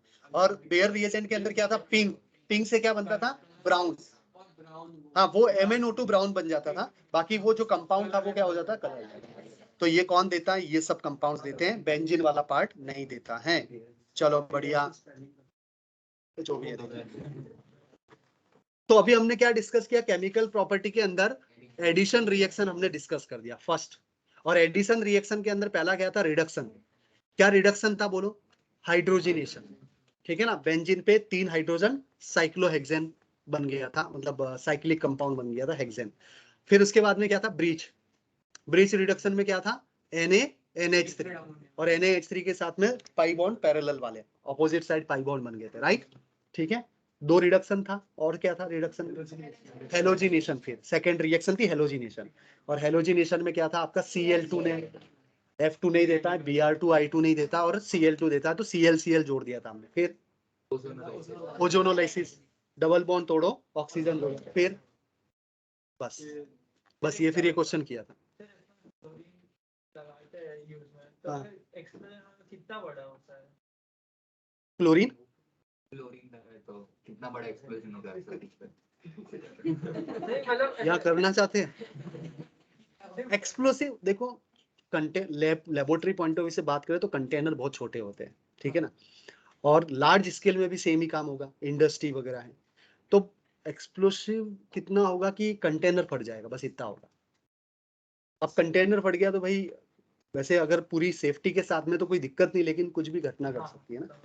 होता क्या है, लैब के अंदर बहुत सारे सॉल्वेंट ऐसे होते हैं जो तुरंत फायर जो है वो क्या करेगा, कैच कर लेगा, और तुरंत वहां पे कुछ हो सकता है, घटना घट सकती है। चलो भाई बढ़िया, सबसे इंपॉर्टेंट रिएक्शन आ रही है। अभी तक तो ये तो नॉर्मल पार्ट था, जितने इससे ज्यादा क्वेश्चंस नहीं पूछे जाते हैं। यहां से अब आपका टॉपिक जो है वो स्टार्ट होता है। सेकेंड रिएक्शन, पहली होगी addition, second electrophilic substitution reaction. अभी तक हमने अल्कीन अल्काइन और अल्कीन और अल्काइन के अंदर क्या पढ़ा था, इलेक्ट्रोफिलिक एडिशन रिएक्शन, है ना। एडिशन के अंदर हमने दो रिएक्शन डिस्कस की थी, एक तो फ्री रेडिकल एडिशन और दूसरा था इलेक्ट्रोफिलिक एडिशन। और अल्काइन में आया था न्यूक्लियोफिलिक एडिशन, अल्कीन में नहीं था न्यूक्लियोफिलिक। क्यों? क्योंकि एक बार अटैक वो कर ही नहीं पाएगा। क्लियर पे पॉइंट। अब इलेक्ट्रोफिलिक सब्स्टिट्यूशन रिएक्शन, शॉर्ट में इसको बोलते हैं ESR। वेरी वेरी इंपॉर्टेंट, शांति से सुनना। हाँ नहीं E1 E2 नहीं, शांति से सुनना, बस जहां डाउट आए पूछ लेना, ठीक है ना। बट इंपॉर्टेंट पार्ट है ये, एक कैरेक्टरिस्टिक रिएक्शन है। जो भी इंपॉर्टेंट होता है उसको हम क्या बोलते हैं, कैरेक्टरिस्टिक रिएक्शन। ठीक है, हाँ बोलो फटाफट। ब्लैक करके खुद लिखते हो उसमें ज्यादा समझ आता है। अरे पूरा समझाऊंगा ना यार, क्यों टेंशन ले रहा हूँ, अच्छे से समझाऊंगा। देखो ये बेंजीन है बेंजीन, ये एरोमेटिक है, तो बेंजीन क्या है, एरोमेटिक है। ऐसे समझाऊंगा, इस तरह से समझाऊंगा, अब इससे और बढ़िया। चलो ठीक है, तो अब अपने पास में क्या है, कोई इलेक्ट्रोफाइल है, राइट। अच्छा, इलेक्ट्रोफाइल बेंजीन के पास में आया, तो क्या इलेक्ट्रोफाइल को बेंजीन इलेक्ट्रॉन देगा, देगा। बेंजीन के पास में क्या है, पाई इलेक्ट्रॉन की डेंसिटी है। बेंजीन स्टेबल है, benzene is a stable compound, तो वो एक बार मतलब उसको देने के लिए थोड़ा सा हेजिटेट कर रहा है कि भाई मैं दूं कि नहीं दूं, शायद मैं अनस्टेबल हो जाऊंगा। लेकिन बेंजीन को पता है मैं इलेक्ट्रोफाइल को इलेक्ट्रॉन दे दूंगा, मोमेंटरी अनस्टेबल रहूंगा, फिर से मुझे स्टेबिलिटी मिल जाएगी। तो किसी भी इलेक्ट्रोफाइल को बेंजीन के पास में भेजोगे, बेंजीन उसको इलेक्ट्रॉन देगा, खाली हाथ नहीं भेजेगा उसको, ठीक है। अब वो इलेक्ट्रॉन देगा तो बीच में इंटरमीडिएट जो वो अनस्टेबल होगा, वो कैसे होगा, देखो बेंजीन ने इसको इलेक्ट्रॉन दिया, ये पाई बॉन्ड टूटा, राइट। अच्छा, ये पाई बॉन्ड टूटेगा तो इलेक्ट्रोफाइल सपोज यहाँ पे ऐड हो गया, राइट। अगर ये पाई बॉन्ड टूटा और इलेक्ट्रोफाइल यहाँ पे ऐड हो गया तो यहाँ पे कौन सा चार्ज आएगा, बोलो, पॉजिटिव चार्ज, यस या नो।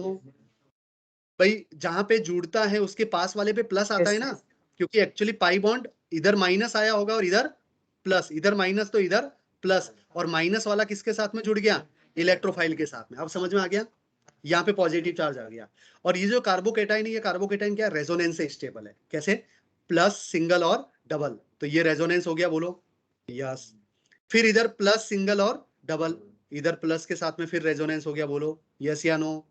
फिर इधर प्लस चार्ज आ गया। मतलब ये जो पॉजिटिव चार्ज है ना, ये पॉजिटिव चार्ज एक जगह पे नहीं है, ये इधर है, ये इधर है और इधर है, तीन जगह पे जा रहा है, प्लस इधर भी है, इधर भी है और इधर भी है। तो ये पॉजिटिव चार्ज घूम रहा है। इसलिए इसका रियल हाइब्रिड कैसा दिखेगा, रियल हाइब्रिड ऐसा दिखेगा कि नहीं, बोलो। रियल हाइब्रिड को हम डॉट डॉट डॉट से रिप्रेजेंट करते हैं ना, और जहां जहां प्लस जाता है वहां वहां तक डॉट बनाते। हमने इधर डॉट कंप्लीट नहीं किया, राइट। हमने कंप्लीट क्यों नहीं किया, क्योंकि इधर प्लस नहीं है, उधर तो इलेक्ट्रोफाइल है। और ये कार्बन कौन सा है, बोलो sp3। इसलिए इन सभी को क्या बोलेंगे हम, नॉन एरोमेटिक कंपाउंड। ये सभी क्या है, नॉन। तो ये कंपाउंड कौन सा था, बोलो aromatic. This compound is aromatic, और एरोमेटिक से क्या बन रहा है, नॉन एरोमेटिक। तो थोड़ा दुखी तो हो रहा है ना कि भाई एरोमेटिक था और इलेक्ट्रोफाइल को इलेक्ट्रॉन देने के बाद में मैं क्या बन गया, नॉन एरोमेटिक। तो वो दुखी है, मतलब वो प्रोसेस कैसी है, स्लो प्रोसेस है, रेट डिटरमाइनिंग स्टेप है। ये प्रोसेस स्लो होगी या फास्ट होगी, खुद बताओ भाई। फास्ट का मतलब है कि खुशी से देना, क्या ये खुशी से देगा, नहीं देगा। इसका मतलब वो प्रोसेस कैसी है, स्लो। एक तरफ सोच रहा है दू नहीं दू, बट फिर भी दे रहा है, तो ये स्लो है। और स्लो स्टेप को हम हमेशा क्या बोलते हैं, रेट डिटरमाइनिंग स्टेप। तो ये रेट डिटरमाइनिंग स्टेप। अब देखो क्या हुआ, ये बीच में ऐसे इंटरमीडिएट है बहुत सारे।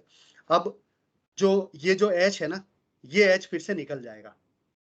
कौन निकालेगा, तो जो इलेक्ट्रोफाइल है उस इलेक्ट्रोफाइल के साथ में कौन है, न्यूक्लियोफाइल होगा भाई। भाई प्लस तो कभी नहीं होता है ना, प्लस के साथ में माइनस भी होता है। ये वाला माइनस आके इस H को ले जाएगा, ठीक है। मतलब ये बेस है, जब न्यूक्लियोफाइल नहीं है यहाँ पे, ये किसकी तरह वर्क करेगा, बेस की तरह वर्क करेगा, और इस H प्लस को ले जाएगा। और जैसे ही H प्लस को ले जाएगा तो इधर कौन सा आएगा, माइनस, और माइनस प्लस मिलके क्या बना देगा, पाई बॉन्ड बना देगा। बन गया। तो पहले बेंजीन ने इलेक्ट्रोफाइल को इलेक्ट्रॉन दिया और फिर बेस आके उस पास वाले एच को ले जाके फिर से पाई बॉन्ड बना रहा है। तो ये वाला स्टेप फास्ट है कि नहीं, बोलो क्यों फास्ट है, क्योंकि नॉन एरोमेटिक से फिर से क्या बन रहा है। तो पहला step electrophilic addition, electrophilic substitution reaction का पहला स्टेप क्या है, स्लो, और दूसरा स्टेप कौन सा है, फास्ट। क्लियर। अब मैंने सब्स्टिट्यूशन क्यों बोला, क्योंकि इलेक्ट्रोफाइल ने किसको हटा दिया, एच को, राइट। इलेक्ट्रोफाइल आया तो एच चला गया ना, देखो यहाँ पे इलेक्ट्रोफाइल ही बचा है, एच है क्या यहाँ पे, नहीं है, इसकी जगह पे एच था बट एच को उसने हटा दिया। इसलिए हम बोलते हैं इलेक्ट्रोफाइल ने हाइड्रोजन को सब्स्टिट्यूट कर दिया। तो इलेक्ट्रोफिलिक सब्स्टिट्यूशन रिएक्शन, बेंजीन ने पहले इलेक्ट्रोफाइल को इलेक्ट्रॉन दिया, स्टेप आपका स्लो है इसलिए वो रेट डिटरमाइनिंग स्टेप है। रेट डिटरमाइनिंग स्टेप का मतलब इस पूरे रिएक्शन की रेट को डिटरमाइन करने वाला पहला स्टेप है। और फिर सेकेंड स्टेप जो है वो क्या है आपका, फास्ट है। ये रेट डिटरमाइन कर रहा है। तो यहाँ पे कितने रिएजेंट है, दो रिएजेंट है, एक है आपका बेंजीन और दूसरा कौन है, इलेक्ट्रोफाइल। ये रेट डिटरमाइनिंग स्टेप है। रेट डिटरमाइनिंग स्टेप के अंदर जितने भी रिएक्टेंट हैं वही तो रेट को डिटरमाइन करेंगे। तो कितने रिएक्टेंट है, दो है कि नहीं, एक है आपका बेंजीन और एक है आपका, तो मैंने यहाँ पे लिखा rate is directly proportional to concentration of benzene और कंसंट्रेशन ऑफ इलेक्ट्रोफाइल।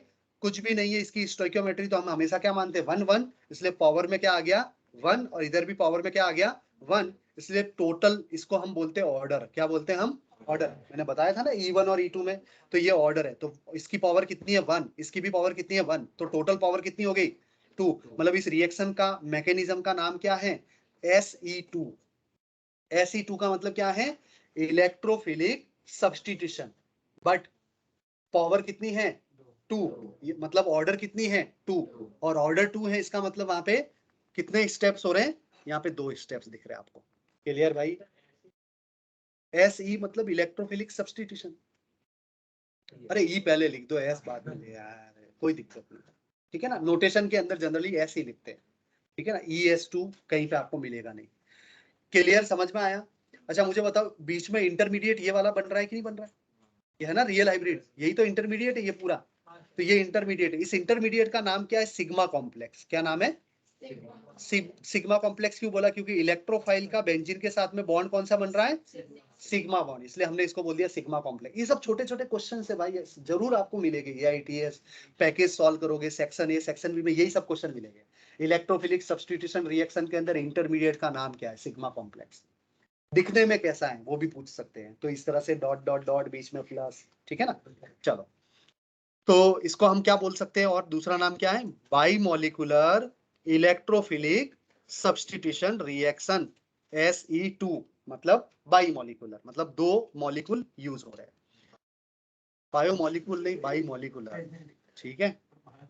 तो मिस्टेक होगी, बायोमोलिक, हाँ यार बाइमोलिकुलर, सॉरी। फिर अब देखो यहाँ पे आपको रेट कंपेयर करना है, रेट ऑफ नाइट्रेशन। नाइट्रेशन एक वर्ड यूज कर दिया, अभी हम डिस्कस करेंगे, बट हम क्या डिस्कस कर रहे हैं, इलेक्ट्रोफिलिक सब्स्टिट्यूशन रिएक्शन की रेट कंपेयर करना है in benzene and in hexa deuterobenzene. Hexa deuterobenzene मतलब बेंजीन के ऊपर H की जगह पे D लगा दिया, और बेंजीन के अंदर क्या होता है, H होता है। तो पॉइंट ये है, एक बार आपके पास में बेंजीन है और एक बार आपके पास में बेंजीन है बट ड्यूटेरियम के साथ में, इन दोनों को क्या दे दिया मैंने, इलेक्ट्रोफाइल। तो रेट कंपेयर करो, किसकी रेट ज्यादा होगी, बोलो, सोचो, सोच समझ के बताओ, सोच समझ के बताना भाई, किसकी रेट ज्यादा होगी। दोनों की रेट क्या होगी, इक्वल।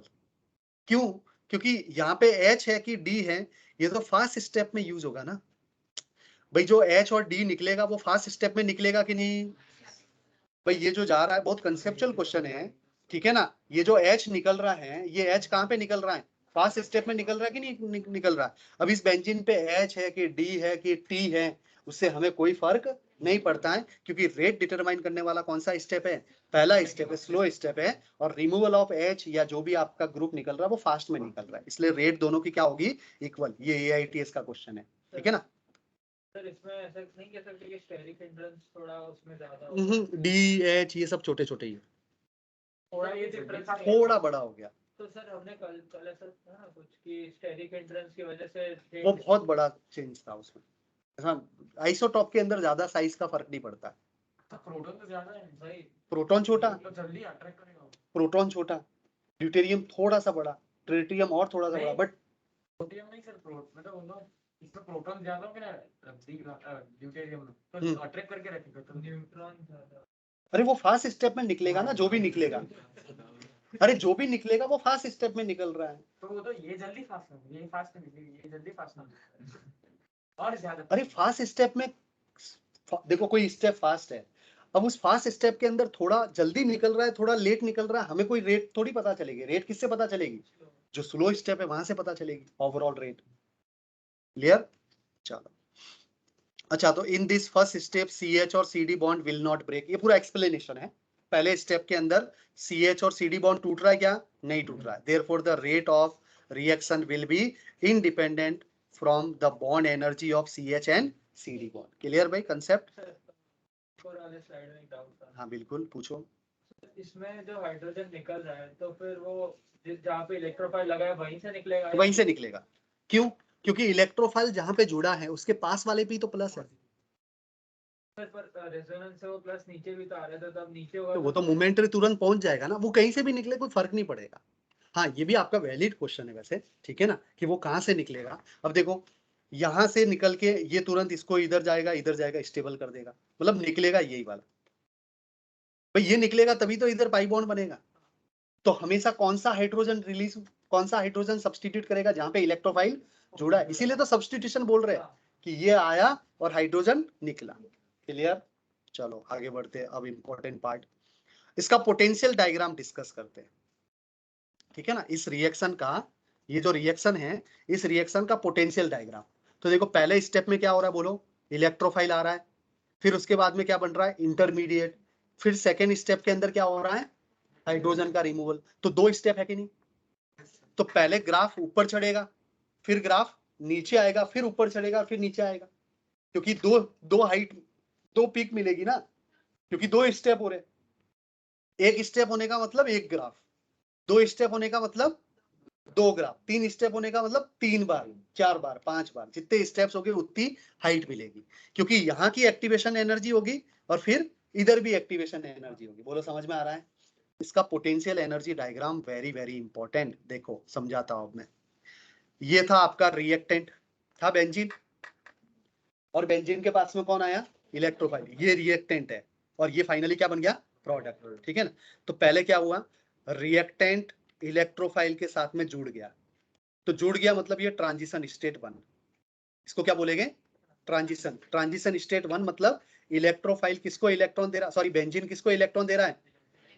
तो बॉन्ड फॉर्मिंग प्रोसेस हो रही है। कौन सी प्रोसेस? Bond forming. तो ये हो गया first transition state. Transition state का मतलब जहां पे बॉन्ड बनते हैं और बॉन्ड टूटते हैं। तो पहले तो बॉन्ड बनेगा तब तो टूटेगा बाद में, ठीक है ना। तो पहले बॉन्ड का फॉर्मेशन हो रहा है, फिर ट्रांजिशन स्टेट 2 के अंदर क्या हो रहा है? बॉन्ड ब्रेकिंग हो रहा है ना। ये ट्रांजिशन स्टेट 2 है ना। ट्रांजिशन स्टेट 2 के अंदर क्या होता है? बेस आता है और एच को ले जाता है सेकेंड स्टेप के अंदर। तो ये हो गया आपका एच का रिमूवल, मतलब बॉन्ड ब्रेकिंग। तो पहले बॉन्ड फॉर्म हुआ इलेक्ट्रोफाइल के साथ में और फिर हाइड्रोजन वाला बॉन्ड ब्रेक हो गया। ये दो ही तो स्टेप थे। और इन ट्रांजिशन स्टेट 1 और 2 के बीच में क्या था? इंटरमीडिएट था, है ना, सिग्मा कॉम्प्लेक्स, ये बीच में इंटरमीडिएट। तो पहले इलेक्ट्रोफाइल ने, बेंजीन ने इलेक्ट्रोफाइल को इलेक्ट्रॉन दिया यहाँ पर, और फिर जो कार्बोकेटाइन बना, उस कार्बोकेटाइन के अंदर क्या हो रहा है? रेजोनेंस हो रहा है। कार्बोकेटाइन का क्या हो रहा है? रेजोनेंस, सिग्मा कॉम्प्लेक्स बन रहा है, नॉन एरोमेटिक कंपाउंड बन रहा है, ठीक है ना। और फिर फाइनली बेस आके उस H को ले जा रहा है, तो यहाँ पे H ले जाएगा। ट्रांजिशन स्टेट पे H गया, जैसे H गया तो फाइनली क्या बन गया? प्रोडक्ट बन गया। क्लियर भाई? अब आपके दिमाग में डाउट ये आने चाहिए कि सर इसकी हाइट ज्यादा, इसकी हाइट कम, ठीक है ना। तो मुझे बताओ पहला स्टेप क्या है? स्लो। तो स्लो स्टेप है, इसका मतलब एक्टिवेशन एनर्जी क्या है? ज्यादा। तो यहां से यहां तक की जो एनर्जी है उसको हम क्या बोलते हैं? एक्टिवेशन एनर्जी, है ना। यहां से यहां तक की ये जो एनर्जी है ये एक्टिवेशन एनर्जी है। और सेकेंड स्टेप की एक्टिवेशन एनर्जी कितनी है? इतनी है ना। सेकेंड स्टेप यहां से शुरू होता है कि नहीं? स्टेप यहां से शुरू हो रहा है और यहाँ पे क्या हो रहा है? बॉन्ड टूट रहा है। तो यहां से यहां तक की एनर्जी को हम क्या बोलेंगे? एक्टिवेशन एनर्जी, एक मिनट, हाँ ये एक्टिवेशन एनर्जी है। तो पहला स्टेप यहाँ से शुरू हो रहा है और यहाँ तक गया, इसलिए ये एक्टिवेशन एनर्जी। दूसरा स्टेप यहाँ से शुरू हो रहा है और यहाँ तक जा रहा है, इसलिए ये एक्टिवेशन एनर्जी। इसकी एक्टिवेशन एनर्जी ज्यादा है, ये ज्यादा है कि ये ज्यादा है, बोलो। पहली वाली ज्यादा है, इसका मतलब स्टेप क्या है, स्लो, इसलिए वो ज्यादा एक्टिवेशन चाहिए उसको। और दूसरे वाले की एक्टिवेशन कम है, इसलिए क्या है, फास्ट है। तो बताओ भाई, ये इसकी हाइट ज्यादा होगी तभी तो हम स्लो बता सकते हैं, और इसकी हाइट कम होगी तभी तो हम फास्ट बोल सकते हैं कि भाई तुरंत तुरंत चला जाएगा, और इधर चढ़ने में थोड़ा सा टाइम लग रहा है। क्लियर? Yes sir. तो पॉइंट ये है कि आपसे अगर 4 ग्राफ गिवन है आपको, ठीक है ना, और पूछा जाए इलेक्ट्रोफिलिक सब्स्टिट्यूशन रिएक्शन का कौन सा ग्राफ सही है, तो 4 ग्राफ सब एट ए टाइम उस टाइम पर सब एक जैसी दिखते भाई, ठीक है ना। तो पहला पॉइंट ये देखना है, एक हाइट ज्यादा होनी चाहिए तो एक हाइट कम, ऐसे 2 ऑप्शन तो कट हो जाएंगे। फिर 2 के बारे में सोचना है, फिर आपको ये देखना पड़ेगा कि रिएक्टेंट की एनर्जी ज्यादा है या प्रोडक्ट की एनर्जी। तो बताओ भाई, कंपाउंड जो बन रहा है वो स्टेबल कंपाउंड ही बनेगा भाई, जो भी कंपाउंड बनेगा वो स्टेबल ही बनेगा, तभी तो रिएक्टेंट प्रोडक्ट में कन्वर्ट हो रहा है। और स्टेबल कंपाउंड का फॉर्मेशन मतलब कैसी रिएक्शन, एक्सोथर्मिक या एंडोथर्मिक? एनर्जी रिलीज होगी तो सिस्टम स्टेबल होगा ना भाई। तो एक्सोथर्मिक है कि नहीं, देखो रिएक्टेंट की एनर्जी ज्यादा है, देखो ये रिएक्टेंट की एनर्जी और प्रोडक्ट की एनर्जी क्या है, कम, मतलब ये एनर्जी क्या होगी, रिलीज, मतलब डेल्टा एच क्या है, नेगेटिव। 2 चीज से आपको आंसर मिल जाएगा। पहला चीज हाइट से 2 ऑप्शन कट हो जाएंगे आपकी, डेफिनेटली 2 ऑप्शन आपको मिलेंगे, और वो ऑप्शन कट करने के लिए आपको एक्सो और एंडो से आंसर मिल जाएगा। क्लियर? चलो बढ़िया भाई, वेरी नाइस। अब हम इलेक्ट्रोफिलिक सब्स्टिट्यूशन रिएक्शन की बहुत सारी रिएक्शन डिस्कस कर रहे हैं, जिसमें से पहली क्या है, हेलोजिनेशन। हेलोजिनेशन रिएक्शन में क्या होता था, तो बेंजीन की रिएक्शन क्लोरीन के साथ में कराओगे इन प्रेजेंस ऑफ AlCl3, क्या बना देगा यहाँ पर, Cl, मतलब इलेक्ट्रोफाइल आएगा और हाइड्रोजन को क्या करेगा, सब्स्टिट्यूट। हर बार यही है, जनरल रिएक्शन हमने डिस्कस कर दी। बेंजीन इलेक्ट्रोफाइल के साथ में जुड़ेगा, इलेक्ट्रोफाइल यहाँ पे अटैच होगा, हाइड्रोजन निकलेगा, तो ये हाइड्रोजन है और ये क्या है, आपका इलेक्ट्रोफाइल है। अब इलेक्ट्रोफाइल कैसे बनाएंगे ये हम देख रहे हैं। तो हमने क्या किया, Cl2 की रिएक्शन किसके साथ में कराई, AlCl3 के साथ में। बताओ भाई AlCl3 क्या है, लुईस एसिड है। लुईस एसिड ने इलेक्ट्रॉन एक्सेप्ट कर लिए, जैसे ही इलेक्ट्रॉन एक्सेप्ट करेगा, इस पे माइनस इस पे प्लस, इस तरह से प्लस माइनस आ जाएगा और ये वाला टूट जाएगा। चार्ज जो है वो क्या हो गया भाई, डिस्ट्रीब्यूट हो गया, ठीक है ना, इलेक्ट्रॉन डिस्ट्रीब्यूट हो गया तो चार्ज आ गया, चार्ज आ गया तो एक बन गया Cl प्लस, तो एक बन जाएगा Cl minus, but Cl minus इसमें बैठा हुआ है, AlCl4 माइनस के अंदर कौन है, Cl। ये फाइनली क्या होगा, टूटेगा एक टाइम के बाद में, जब जरूरत पड़ेगी तो ये फिर से AlCl3 बन जाएगा और Cl माइनस क्या हो जाएगा, निकल जाएगा। तो मुझे बताओ, Cl2 को Cl प्लस और Cl माइनस में तोड़ दिया। अच्छा, जो Cl प्लस है उसको हम क्या बोलेंगे, इलेक्ट्रोफाइल, जो कि क्या है, अटैकिंग स्पीसीज, क्लोरीनियम आयन, क्लोरीनियम आयन, ठीक है ना, कैटाइन के पीछे लगाते हैं IUM, अमोनियम, क्लोरीनियम, ब्रोमियम, इस तरह से IUM लगता है प्लस पे, ठीक है ना। बताओ भाई, ये बेंजीन है, ये इलेक्ट्रोफाइल है, क्या होगा, ऐसे जुड़ेगा। अब मैकेनिज्म लिखने की जरूरत है, अभी मैकेनिज्म एक बात हमने समझ लिया, जनरल मैकेनिज्म हमने समझ ली। अब हमें कुछ नहीं करना है, बस इलेक्ट्रोफाइल क्या बनेगा ये सोचना है और इलेक्ट्रोफाइल को जोड़ना है, और कुछ नहीं करना है, राइट। तो क्या क्लोरीनेशन हो गया, तो बेंजीन पर Cl बना दिया, देखो क्लोरोबेंजीन बना दिया हमने।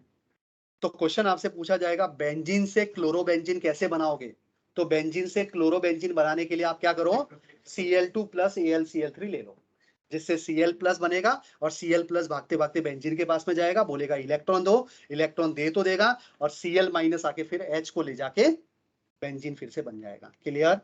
चलो, अब इसके लिए रिएजेंट कौन कौन से, मतलब X प्लस बनाने के रिएजेंट, जरूरी थोड़ी क्लोरीनेशन, ब्रोमिनेशन, ठीक है ना, आयोडीनेशन, इस तरह से करा सकते हो। जनरली आयोडीनेशन नहीं देता है, एक तो फ्लोरीनेशन नहीं करना है, फ्लोरीनेशन नहीं करना है क्योंकि एक्सप्लोसिव, और आयोडीनेशन नहीं करना है क्योंकि साइज में बड़ा, रिवर्सिबल नेचर का होता है, एल्केन में भी मैंने बताया था, राइट। तो इलेक्ट्रोफाइल बनाने के कौन कौन से तरीका है, X2 आयरन के साथ में रिएक्ट करा दो, आयरन भी तो लुईस एसिड है, तो ये इसको इलेक्ट्रॉन देके ये X प्लस और X माइनस में टूट जाएगा। या फिर X2 की रिएक्शन किसके साथ में करा दो, FeCl3, जैसे Cl2 के लिए ले लो FeCl3 और Br2 के लिए ले लो FeBr3। आयोडीनेशन अगर करना है, रिवर्सिबल नेचर का होगा बट करना है, तो आप ये ले सकते हो।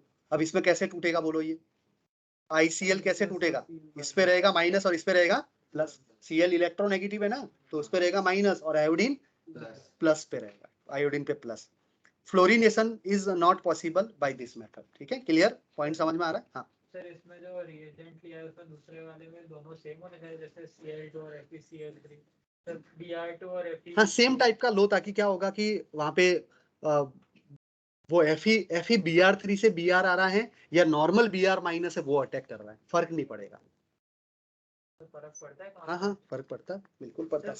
सपोज आपने सुनो आपने यहाँ पे तो Br2 ले लिया, लेकिन यहाँ पे ले लिया आपने FeCl3, तो ये Br कहाँ पे चला गया, एक Br इधर चला गया, तो ये बन गया Fe Br3Cl माइनस, या फिर FeCl3 और Br माइनस, ऐसा एक माइनस इसके साथ में जुड़ेगा ना, तो फिर अटैक करते टाइम Br भी निकल सकता है, Cl भी निकल सकता है, दिक्कत देगा। मतलब कुल मिला के ले भी लोगे तो कोई फर्क नहीं पड़ेगा, बट प्रॉब्लम क्रिएट करता है। इसलिए आप जो आप हेलोजन ले रहे हो वही आयरन के साथ में भी हो। समझ में आ रहा है? ठीक है, चलो भाई, सेकेंड रिएक्शन कौन सी है, नाइट्रेशन। इस तरह से नंबर ऑफ रिएक्शन है जिसमें बस इलेक्ट्रोफाइल कौन सा बनेगा बस ये सोचना है। तो हमने बेंजीन की रिएक्शन किसके साथ में कराई, कंसंट्रेटेड H2SO4 और कंसंट्रेटेड HNO3, उससे क्या बनता है NO2 प्लस, और वो NO2 प्लस इस पे जुड़ जाएगा। बोलो, सिमिलर टाइप की रिएक्शन है, बेंजीन का H निकाला और NO2 को जोड़ा। अब NO2 जुड़ेगा कैसे, बस ये चेक करना है, NO2 अटैच कैसे होगा। तो देखो, मुझे एक चीज बताओ, एक कंटेनर के अंदर HNO3 है और उसी कंटेनर के अंदर H2SO4 है। HNO3 और H2SO4 दोनों एसिड है, दोनों वैसे इंडिविजुअली एसिड है। एक चीज हमेशा याद रखोगे, एक कंटेनर के अंदर अगर दो एसिड है तो वो दोनों एसिडिक नेचर नहीं रखते हैं। एक एसिड होगा तो दूसरा कौन सा होगा, बेस। इंडिविजुअल कंटेनर के अंदर दोनों एसिड थे, एक कंटेनर HNO3 का, एक कंटेनर H2SO4 का, तो वहां पे दोनों ने H प्लस दे दिया। लेकिन जब दोनों को मिक्स करोगे तो जो स्ट्रॉन्ग एसिड है वो एसिड की तरह बिहेव करेगा, तो दूसरा भले ही एसिड था बट वो क्या हो जाएगा, बेस। ये हमेशा याद रखोगे। तो ये एक ही कंटेनर के अंदर मैंने दोनों को लिया है,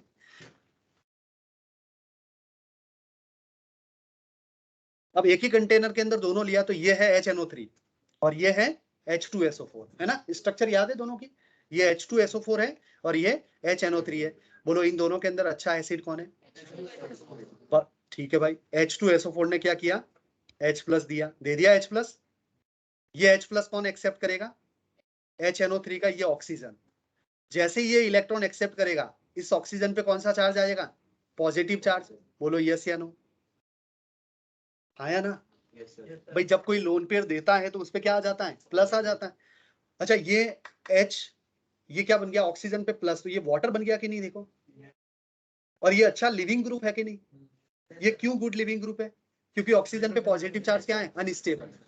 तो ये अपने पॉजिटिव चार्ज को खत्म करना चाहेगा। अब अपने पॉजिटिव चार्ज को खत्म करने के लिए ग्रुप छोड़ना पड़ेगा, है ना, ये ग्रुप छोड़ना पड़ेगा ना भाई, नाइट्रोजन से जुड़ा हुआ है तो, या फिर से H निकालना पड़ेगा।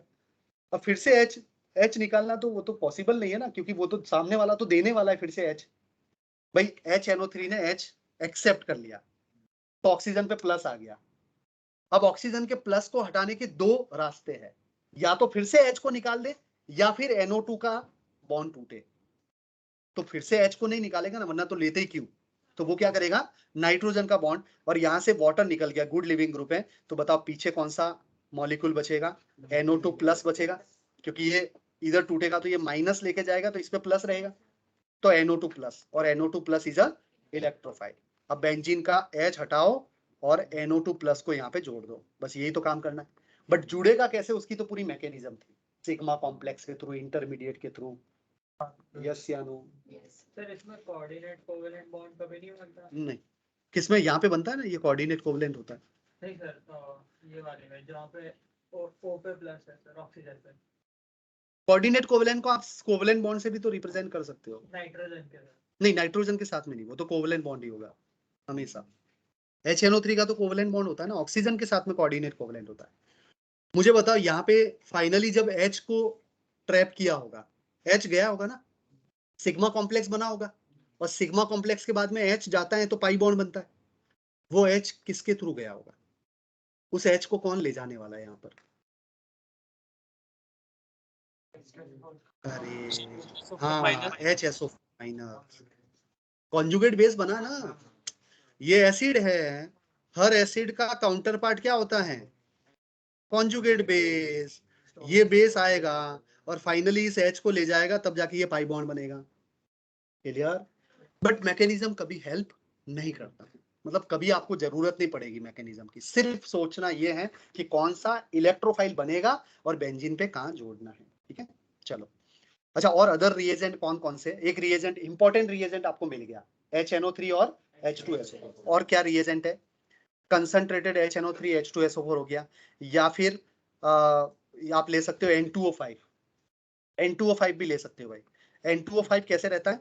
NO2 प्लस और NO3 माइनस में रहता है। N2O5 सॉलिड स्टेट बोलोगे, क्या बोलोगे? Solid state. सॉलिड स्टेट के अंदर N2O5 कैसा होगा? आयोनिक। जैसे PCl5 सॉलिड स्टेट में PCl6 प्लस, PCl4 प्लस और PCl6 माइनस ऐसा रहता था ना, धुंधला धुंधला याद आ रहा है? PCl5 solid state, PBr5 solid state, है ना, हाइब्रिडाइजेशन अलग अलग, वो सब क्या थे? आयोनिक कंपाउंड थे। एक कैटायन था तो दूसरा है। उसी तरह से N2O5 भी क्या है? सॉलिड है। और ये किससे बनता है? NO2 प्लस और NO3 माइनस से। फिर से इसको जोड़ दो तो N2O5 बन जाएगा। ये बोलो, ये इलेक्ट्रोफाइल है कि नहीं?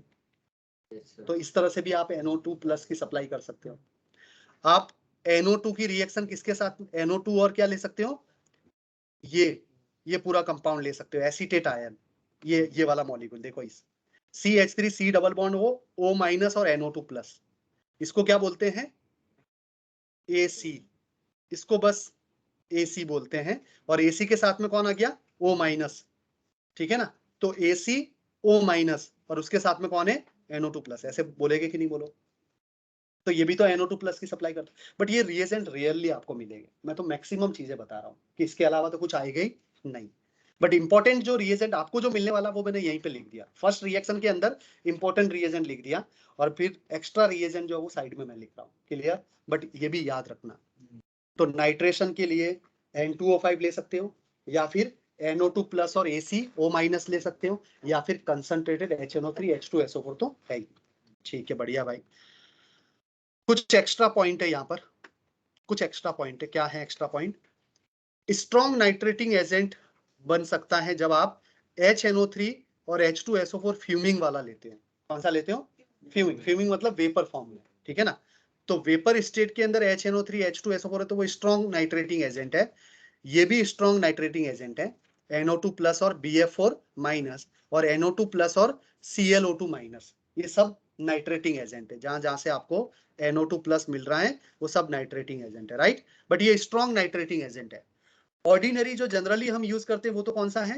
कंसंट्रेटेड HNO3, कंसंट्रेटेड H2SO4, या फिर सिर्फ कंसंट्रेटेड HNO3 भी ले सकते हो, ओनली HNO3 भी ले सकते हो भाई, कोई दिक्कत नहीं है। क्यों? क्योंकि ओनली HNO3 के अंदर क्या होगा? एक HNO3 H देगा तो दूसरा HNO3 H ले लेगा इंटरनली।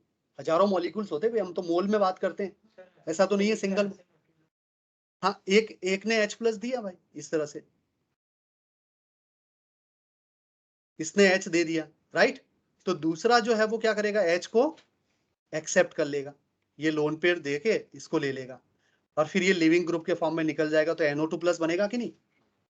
तो सिंगल मॉलिक्यूल थोड़ी लेते रिएक्शन के अंदर, सिंगल मॉलिक्यूल लेते क्या? रिएक्शन के अंदर हम हमेशा किस में बात करते हैं? मोल में बात करते हैं। तो इसमें दिक्कत क्या होगी? थोड़ा सा एक्स्ट्रा लेना पड़ेगा, जितना बेंजीन है उससे ज्यादा लो, क्योंकि ये तो आपस में मिलने वाले हैं ना भाई। अगर आप 2 मोल लोगे तो NO2 प्लस कितना मिलेगा? 1 मोल, है कि नहीं? समझ में आ रहा है? ठीक है। अच्छा, वीक नाइट्रेटिंग एजेंट क्या है? डाइल्यूट HNO3, ये है एसिटाइल नाइट्रेट, ये वीक टाइप का है। मतलब वीक का मतलब कम NO2 प्लस देने वाले, स्ट्रॉन्ग मतलब बहुत सारे NO2 प्लस देने वाले, है ना? चलो बढ़िया। अब देखो इंपॉर्टेंट पॉइंट, अगर बेंजीन, इंपॉर्टेंट चीज है भाई, ठीक है ना, बेंजीन की रिएक्शन अगर फ्यूमिंग HNO3 के साथ में और H2SO4 के साथ में कराई तो बहुत सारे NO2 मिलेंगे। स्ट्रॉन्ग नाइट्रेटिंग एजेंट है ना, स्ट्रॉन्ग नाइट्रेटिंग एजेंट का मतलब बहुत सारे, तो बहुत सारे मतलब कितने NO2 जुड़ जाएंगे? 3। एक यहाँ पे, एक यहाँ पे और एक यहाँ पे। अब इन तीनों पोजीशन पे क्यों जुड़ा, इसको मैं अभी समझाऊंगा। ये समझाने वाली चीज है भाई, ठीक है ना। हाँ, अभी मैं इसको थोड़ा सा एक्सप्लेन करूंगा, नहीं अभी मैं बिल्कुल भी नहीं बताऊंगा, अभी जस्ट नीचे ही बता दूंगा, ठीक है ना। यहाँ आपके दिमाग में आ रहा होगा कि सर यहाँ पे जोड़ा फिर सीधा यहाँ पे जोड़ा, यहाँ क्यों नहीं जोड़ा, आपने यहाँ पे क्यों नहीं अटैच कराया। स्टेरिक हिंड्रेंस तो है ही, उसके अलावा एक मेन फैक्टर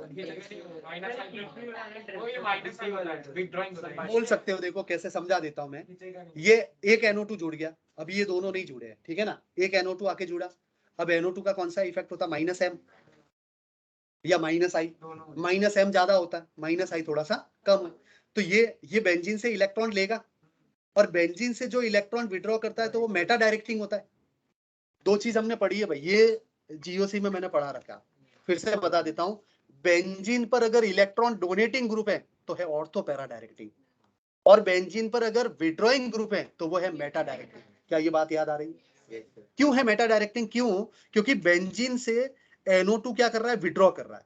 अब विड्रॉ करेगा तो किससे विड्रॉ करेगा, एक तो ऑर्थो से और पैरा से, मतलब ऑर्थो और पैरा पे इलेक्ट्रॉन की ज्यादा कमी हो जाएगी, तो उसके रेस्पेक्ट में कहां पे ज्यादा है, मेटा। तो मेटा से फिर इलेक्ट्रोफाइल को इलेक्ट्रॉन मिलेंगे, मेटा से इलेक्ट्रोफाइल को इलेक्ट्रॉन मिलेंगे। ये समझ में आ रहा है। बेंजीन पर ये देखो, मैं यहाँ पे समझाता हूँ, ये पूरी कहानी लिखी हुई है, ठीक है, पूरा समझाता हूँ नोट डाल के। अभी पहले इस पे फोकस करते हैं। तो यहाँ पर एक NO2 जुड़ गया, एक NO2 जुड़ गया, तो इसका कौन सा है, -M इफेक्ट। -M की वजह से ये कौन सा है, डीएक्टिवेटिंग ग्रुप, और जब भी डीएक्टिवेटिंग ग्रुप होता है तो सीधा कहां पे जाता है, मेटा पे। तो ये मेटा पे गया, फिर दो दो डीएक्टिवेटिंग आ गए तो फिर से मेटा पे। इस तरह से तीन ऐसे ऐसे जुड़ जाएंगे। क्लियर भाई, समझ में आया। ये क्या बना भाई, इससे क्या बनता है, ये tri nitro benzene, TNB explosive है भाई, बम ब्लास्ट, TNT, TNB, ये सब यूज करते हैं, एक्सप्लोसिव कंपाउंड है ये। TNT और TNB, ट्राई नाइट्रो टोलुइन और ट्राई नाइट्रो बेंजीन, ये काफी ज्यादा एक्सप्लोसिव कंपाउंड है। जितने भी धमाके होते हैं उसमें यही यूज किया जाता है, ठीक है ना। और सिंपल है, बना भी सकते हो घर पर आप। चलो, तो ये हो गया आपका, ये हमने सब लैब में बना रखे भाई, ये सब हम लैब में बनाते थे। हाँ, TNT, TNB परमिशन नहीं होती है बनाने की, कोई बना नहीं सकता लैब में, बट चेक करने के लिए, चेक करने के लिए कि बनता है कि नहीं बनता है, इजीली बनता है कि नहीं बनता है, ताकि फ्यूचर में आतंकवादी बन सकते हैं कि नहीं, पहले से प्रिपेयर हो जाए। भाई जॉब वॉब नहीं लगी तो क्या करेगी फिर, बम बारूद ही। अभी मेरे गांव के अंदर जो खेत है उसके जस्ट पास में इंडिया की सबसे बड़ी फैक्ट्री बनी है बम बारूद की। हाँ, रियल में ही है। मेरा जो खेत है, मेरे खेत की डिमांड अचानक से बढ़ गई, लिटरली अभी 2 साल के अंदर। छोटा सा मैं आपको डिस्टर्ब करता हूँ, उस मेरे खेत की वैल्यू ही नहीं थी, ठीक है ना, जिसको क्यों पैसे ही नहीं थे, लेकिन ज्यादा जमीन नहीं है, लेकिन उस जमीन की कीमत अचानक से बढ़ गई है। अब मतलब ऐसा है कि उस जमीन की कीमत 4-5 करोड़ हो गई है, ठीक है ना। हाँ, क्योंकि उसके जस्ट पास में बहुत बड़ा डेवलपमेंट हो गया, जहाँ पे बड़ी मतलब पूरी सप्लाई होने वाली है, ठीक है ना। अमित शाह का बेटा जो है वो, अशोक गहलोत का नाम सुना, CM, उनका बेटा, ठीक है ना, बीजेपी कांग्रेस सब मिली हुई है। 3 लोगों ने, बड़े, अमित शाह का बेटा, अशोक गहलोत और वसुंधरा राजे सिंधिया, नाम सुना होगा, उनका बेटा, इन तीनों के बेटे जो है बड़े दोस्त हैं। इन तीनों ने मिलके वो फैक्ट्री जो वो ओपन की है। वहां पे क्यों ओपन की, क्योंकि वहां पे जमीन इजीली अवेलेबल थी, और वहां से सप्लाई होगा बॉर्डर पर, ठीक है ना, या फिर आउट ऑफ द कंट्री भी जाएगा वहां से। इतना बड़ा स्केल है वहां पे, मतलब वो पूरा गांव, एक छोटा सा गांव है, वो पूरा गांव डेवलप हो गया, रोड बन गई, सड़कें बन गई। मतलब किसी ने एक्सपेक्ट नहीं किया था कि हमारी कुछ इतनी वैल्यू हो जाएगी। रातों रात डेवलपमेंट हुआ, 4-5 महीनों में रोड बना, सब कुछ हुआ, और सब कुछ अब मतलब वहां पे ऐसा है कि आने वाले टाइम में जो बड़ी फैक्ट्री है वहां पे लोग रहेंगे, उनकी एजुकेशन के लिए वहां पे कुछ स्कूल्स ओपन होगी, फिर बहुत सारे ये क्या कहते हैं, मेडिकल स्टोर, ये वो, इस तरह से बहुत सारे। तो ये सब बनते भाई, यहाँ पे बनेंगे भाई, मैं जाके उनको बता सकता हूँ कैसे बनता है, ठीक है ना। TNB, TNT, अपनी भी जॉब मतलब लग जाएगी, कोई दिक्कत नहीं है फ्यूचर में। चलो, ये चीज समझ में आ गई आपको। अब इसको कंटिन्यू करते हैं। अब थोड़ा सा पार्ट इंपॉर्टेंट है, इस पे फोकस करना, तो नेक्स्ट सभी रिएक्शन आपको समझ में आएगी। इंपॉर्टेंट पॉइंट क्या है? ऑनलाइन वाले बताओ भी, सब कुछ सही है, वॉइस वगैरह? Yes sir. Yes, sir. चलो बढ़िया। ये बेंजीन है और इस बेंजीन पे कौन सा ग्रुप है? जी ग्रुप है, ठीक है ना। बेंजीन पे मैंने कोई ग्रुप अटैच कर दिया। ये जो ग्रुप है वो ग्रुप कौन सा है? Electron donating group. अगर इलेक्ट्रॉन डोनेटिंग कौन सा है, विड्रॉइंग कौन सा, ये सब अच्छे से पता है, नहीं तो जीओसी पढ़ लेना, मैंने बहुत सारे कंपाउंड करवाए थे वहां पे, ठीक है ना। तो बेंजीन पर ये इलेक्ट्रॉन डोनेटिंग ग्रुप है। इलेक्ट्रॉन डोनेट करके ये कहां कहां पे इलेक्ट्रॉन की डेंसिटी बढ़ाएगा? एक तो ऑर्थो पे, एक पैरा पे, और ये भी ऑर्थो। भाई एक तो इधर बढ़ाएगा रेजोनेंस से, फिर ये नेगेटिव इधर जाके इधर बढ़ाएगा, फिर ये नेगेटिव इधर जाके इधर बढ़ाएगा। तो ये कौन सा डायरेक्टिंग हो गया? ऑर्थो पैरा एक्टिवेटिंग ग्रुप हो गया। अब इसमें मेजर प्रोडक्ट कौन सा बनता है? पैरा वाला। पैरा वाला मेजर प्रोडक्ट बनता है, क्योंकि बेंजीन पर ऑलरेडी ये ग्रुप अटैच है, तो इलेक्ट्रोफाइल यहां जाने की कोशिश करेगा। कहां जाने की कोशिश करेगा? पैरा पे। बेंजीन दो जगह पे, सॉरी, इलेक्ट्रोफाइल दो जगह पे जाएगा। जब डोनेटिंग ग्रुप होगा तो इलेक्ट्रोफाइल इधर भी जा सकता है और इधर भी जा सकता है, बट मेजर प्रोडक्ट कौन सा होगा? पैरा वाला, due to less steric hindrance. अगर यहां पे जाके जोड़ोगे तो इन दोनों के बीच में क्या होगा? Steric hindrance. लेकिन कुछ केस ऐसे हैं जिसमें ऑर्थो वाला मेजर हो जाएगा। क्यों? वो तब होगा जब इस ग्रुप और उस इलेक्ट्रोफाइल के बीच में हाइड्रोजन बॉन्डिंग होगा। तो दो केस में बता रहा हूं, जनरल बातें करेंगे, फिर हम रिएक्शन के अंदर पूरा समझाऊंगा मैं। बेंजीन पर अगर इलेक्ट्रॉन डोनेटिंग ग्रुप है तो ऑर्थो और पैरा पे इलेक्ट्रोफाइल जाएगा, बट मेजर प्रोडक्ट कौन सा होगा? पैरा वाला। क्यों? क्योंकि वहां पे स्टेरिक हिंड्रेंस क्या है? कम। ऑर्थो वाला मेजर हो सकता है वो तब जब जो ग्रुप अटैच है और इलेक्ट्रोफाइल जो आ रहा है उन दोनों के बीच में क्या होनी चाहिए? Hydrogen bonding. क्लियर भाई? चलो सेकेंड केस, बेंजीन पर कौन सा ग्रुप अटैच है? इलेक्ट्रॉन विड्रॉइंग ग्रुप अटैच है। इलेक्ट्रॉन विड्रॉइंग क्या करेगा? खींचेगा। खींचेगा तो ऑर्थो पे प्लस डालेगा, देखो एक ऑर्थो पे प्लस आ गया, फिर ये इधर से खींचेगा तो पैरा पे भी प्लस आएगा। मतलब प्लस चार्ज जहां पे आ रहा है मतलब वहां पे इलेक्ट्रॉन की क्या है? कमी। तो क्या इलेक्ट्रोफाइल को इलेक्ट्रॉन कमी वाली जगह से मिलेगा? नहीं। कहां से मिलेगा? जहां पे इलेक्ट्रॉन ज्यादा है। वो कहां पे है? मेटा पर। इसलिए मेटा डायरेक्टिंग हो जाएगा। कौन सा डायरेक्टिंग हो जाएगा? Meta direct. क्या ये बात समझ में आई? यस या नो? चलो ठीक है, बढ़िया। तो ये ऑर्थो पैरा डायरेक्टिंग, ये मेटा डायरेक्टिंग। अब कहानी को समझते हैं थोड़ा सा। मेरे पास में है टोलुइन। बेंजीन पे क्या है? CH3। बताओ CH3 का कौन सा नेचर होता है? डोनेटिंग या विड्रॉइंग? Electron donating group. किस कैसे इलेक्ट्रॉन डोनेटिंग है? Alpha H। प्लस आई तो बहुत कम होता है, हमेशा याद रखोगे, ज्यादातर लोग अप्लाई नहीं करते हैं। बेंजीन पर जब एल्काइल ग्रुप हो तो इंडक्टिव तो है ही, उसके बारे में सोचो ही मत कभी। वहां पे हाइपर कॉन्जुगेशन कैसा है, ठीक है ना। क्योंकि बेंजीन के बार वाला कार्बन क्या होगा? Alpha carbon. तो अल्फा H कितना है वो चेक करोगे आप, राइट? क्लियर? अच्छा, ये एक्सिस अमाउंट में लिया है मैंने HNO3 और H2SO4। बताओ HNO3 H2SO4 क्या बनाता है? NO2 plus. एक्सिस अमाउंट में है मतलब बहुत सारा NO2 प्लस है, और बहुत सारा NO2 प्लस है तो कहाँ जाएगा? ऑर्थो और पैरा। क्यों? क्योंकि ये कौन सा ग्रुप है? ये डोनेटिंग ग्रुप है। डोनेटिंग है तो ये ऑर्थो पोजीशन और ये पैरा पोजीशन, लेकिन एक्सिस अमाउंट में इसलिए सब जगह पे जुड़ जाएगा। तो ये बन गया आपका TNT, ट्राई नाइट्रो, और ये क्या है? टोलुइन। ये है आपका, एक मिनट, हाँ, ये है आपका टोलुइन। ये टोलुइन है, राइट? तो ट्राई नाइट्रो टोलुइन हो गया। चलो ठीक है, बढ़िया।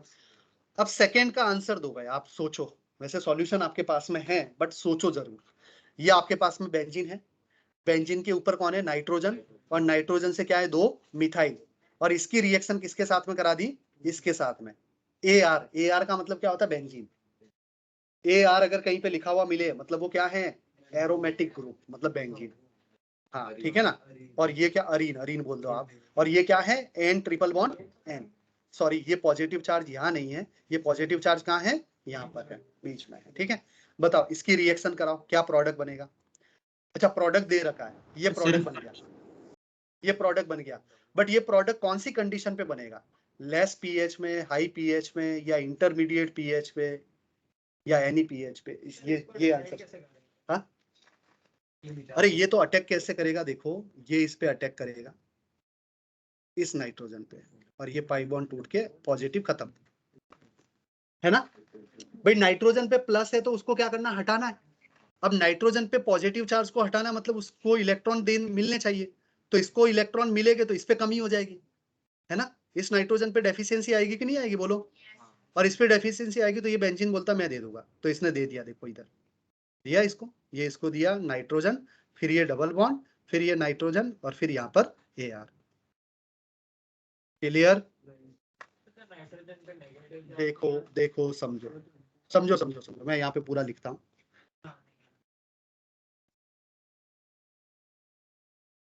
ये ऐसा कोई कंपाउंड है, राइट? और इसकी रिएक्शन हमने कराई नाइट्रोजन ट्रिपल बॉन्ड नाइट्रोजन, और इसके साथ में कौन है, AR, और यहाँ पे कौन सा चार्ज है, पॉजिटिव।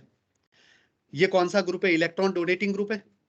नाइट्रोजन के पास में लोन पेयर है तो डोनेटिंग है, डोनेटिंग है तो कहाँ जुड़ेगा, ऑर्थो और पैरा पे जुड़ेगा। अब बताओ ये कहाँ पे जोड़ना चाहेगा, पैरा से। अब पैरा से यहाँ से इलेक्ट्रॉन मिलेगा इस नाइट्रोजन को, क्यों?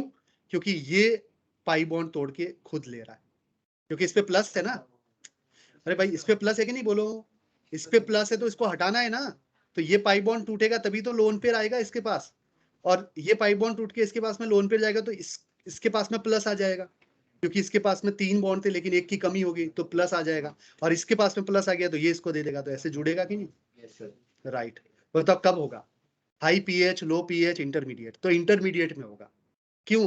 क्योंकि हाई पीएच, लो पीएच में पहले क्या होगा, देखो लो पीएच का मतलब H+ ज्यादा। अगर सॉल्यूशन की पीएच कम है इसका मतलब सॉल्यूशन के अंदर H+ क्या है, अगर सॉल्यूशन के अंदर H+ ज्यादा तो ये लोन पेयर H+ को मिल जाएगा। ये वाला जो लोन पेयर है, ये लोन पेयर किसको मिल जाएगा, H+ को मिल जाएगा, तो ये क्या बन जाएगा, विड्रॉइंग बन जाएगा ना।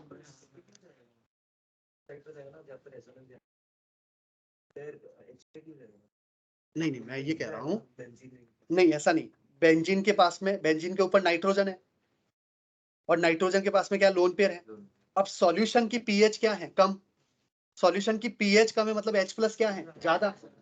तो H+ अगर ज्यादा है तो नाइट्रोजन अपना लोन पेयर सीधा H+ को दे देगा ना, वो बेंजीन के अंदर देने की बजाय, एरोमेटिसिटी को खत्म करने की बजाय वो खुद दे देगा उसको।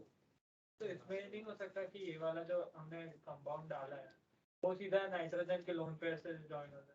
हाँ, वो साइड प्रोडक्ट बनते हैं ना, इसमें भी जितने भी रिएक्शन हमने ऊपर डिस्कस किए उसमें वो सब साइड प्रोडक्ट के फॉर्म में बनेगा, वो साइड प्रोडक्ट के फॉर्म में बनेगा। ठीक है, तो बताओ भाई, लो पीएच पे H+ ज्यादा, H+ ज्यादा तो नाइट्रोजन लोन पेयर दे देगा। नाइट्रोजन अगर लोन पेयर दे देगा तो नाइट्रोजन पे कौन सा चार्ज आएगा, पॉजिटिव। अब नाइट्रोजन के पास में कोई लोन पेयर है क्या, तो इलेक्ट्रॉन डोनेटिंग नेचर क्या हो गया, खत्म। अब तो सीधा काम क्या है इसका, विड्रॉइंग। और मैंने हमेशा बोला है कि बेंजीन के बाहर अगर नाइट्रोजन पे प्लस है तो उसका ओनली -I इफेक्ट होता है। कौन सा इफेक्ट, ओनली -I, दूसरा कोई इफेक्ट नहीं है वहां पर, ओनली -I। मतलब इलेक्ट्रॉन विड्रॉइंग हो गया, और इलेक्ट्रॉन विड्रॉइंग हो गया तो फिर कहां पे जाना चाहिए था, मेटा पे जाना चाहिए, बट जुड़ा कहां पे, पैरा पे। इसका मतलब ये वाला केस नहीं है, लो पीएच नहीं है। अब हाई पीएच होगी तो क्या होगा, तो हाई पीएच पे OH- ज्यादा। अब OH- ज्यादा हो जाएगा तो इस नाइट्रोजन पे ये OH अटैक कर लेगा, ये जो रिएक्टेंट था ना, इसी रिएक्टेंट पे अटैक कर लेगा। मतलब बेसिकली यहाँ पे प्लस है और यहाँ पे प्लस नहीं है, ठीक है ना, तो ये यहाँ पे अटैक कर लेगा क्योंकि इसको खत्म करना है ना। क्या बीच वाले नाइट्रोजन से OH जुड़ सकता है क्या, नहीं, क्योंकि ऑलरेडी नाइट्रोजन ने कितने बॉन्ड बना रखे, 4। अब 4 बॉन्ड बना दिए तो ये 5वां नहीं बन पाएगा, तो ये नाइट्रोजन क्या करेगा, यहां से पाई बॉन्ड तोड़ेगा और इस पे प्लस आएगा और यहाँ पे आएगा, तो ये बन जाएगा। और अगर ये बन जाएगा तो फिर ये क्यों जुड़ेगा इधर, क्या मेरी बात को समझ पा रहे हो? तो लो पीएच पर भी ये प्रोडक्ट नहीं बनेगा, हाई पीएच पर भी ये प्रोडक्ट नहीं बनेगा, इसलिए पीएच की रेंज क्या होगी, इंटरमीडिएट। सिंपल सा क्वेश्चन बना दिया, जनरेट कर दिया। हाँ बोलो। हाई पीएच समझ में आया। हाँ, हाई पीएच फिर से देख लो भाई, AR नाइट्रोजन, ब्रेक दे रहा हूँ ब्रेक दे रहा हूँ भाई, डिस्कशन नहीं, ठीक है ना, समझ पा रहा हूँ भावनाएं। ये ऐसा है, ऐसा मॉलिक्यूल है।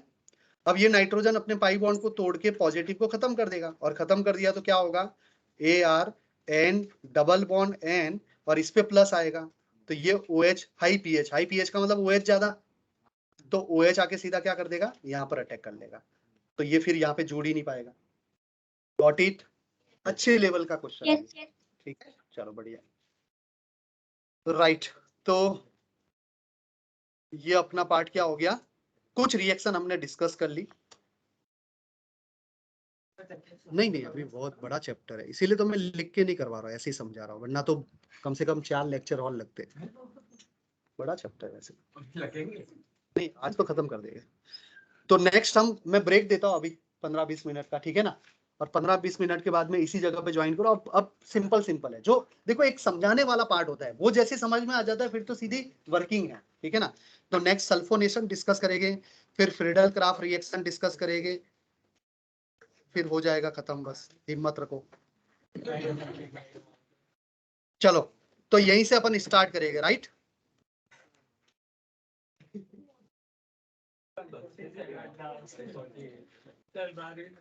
भाई मैं इतना डिटेल में पढ़ा रहा हूँ कि आपका 12th बहुत अच्छा जाएगा स्मूथली।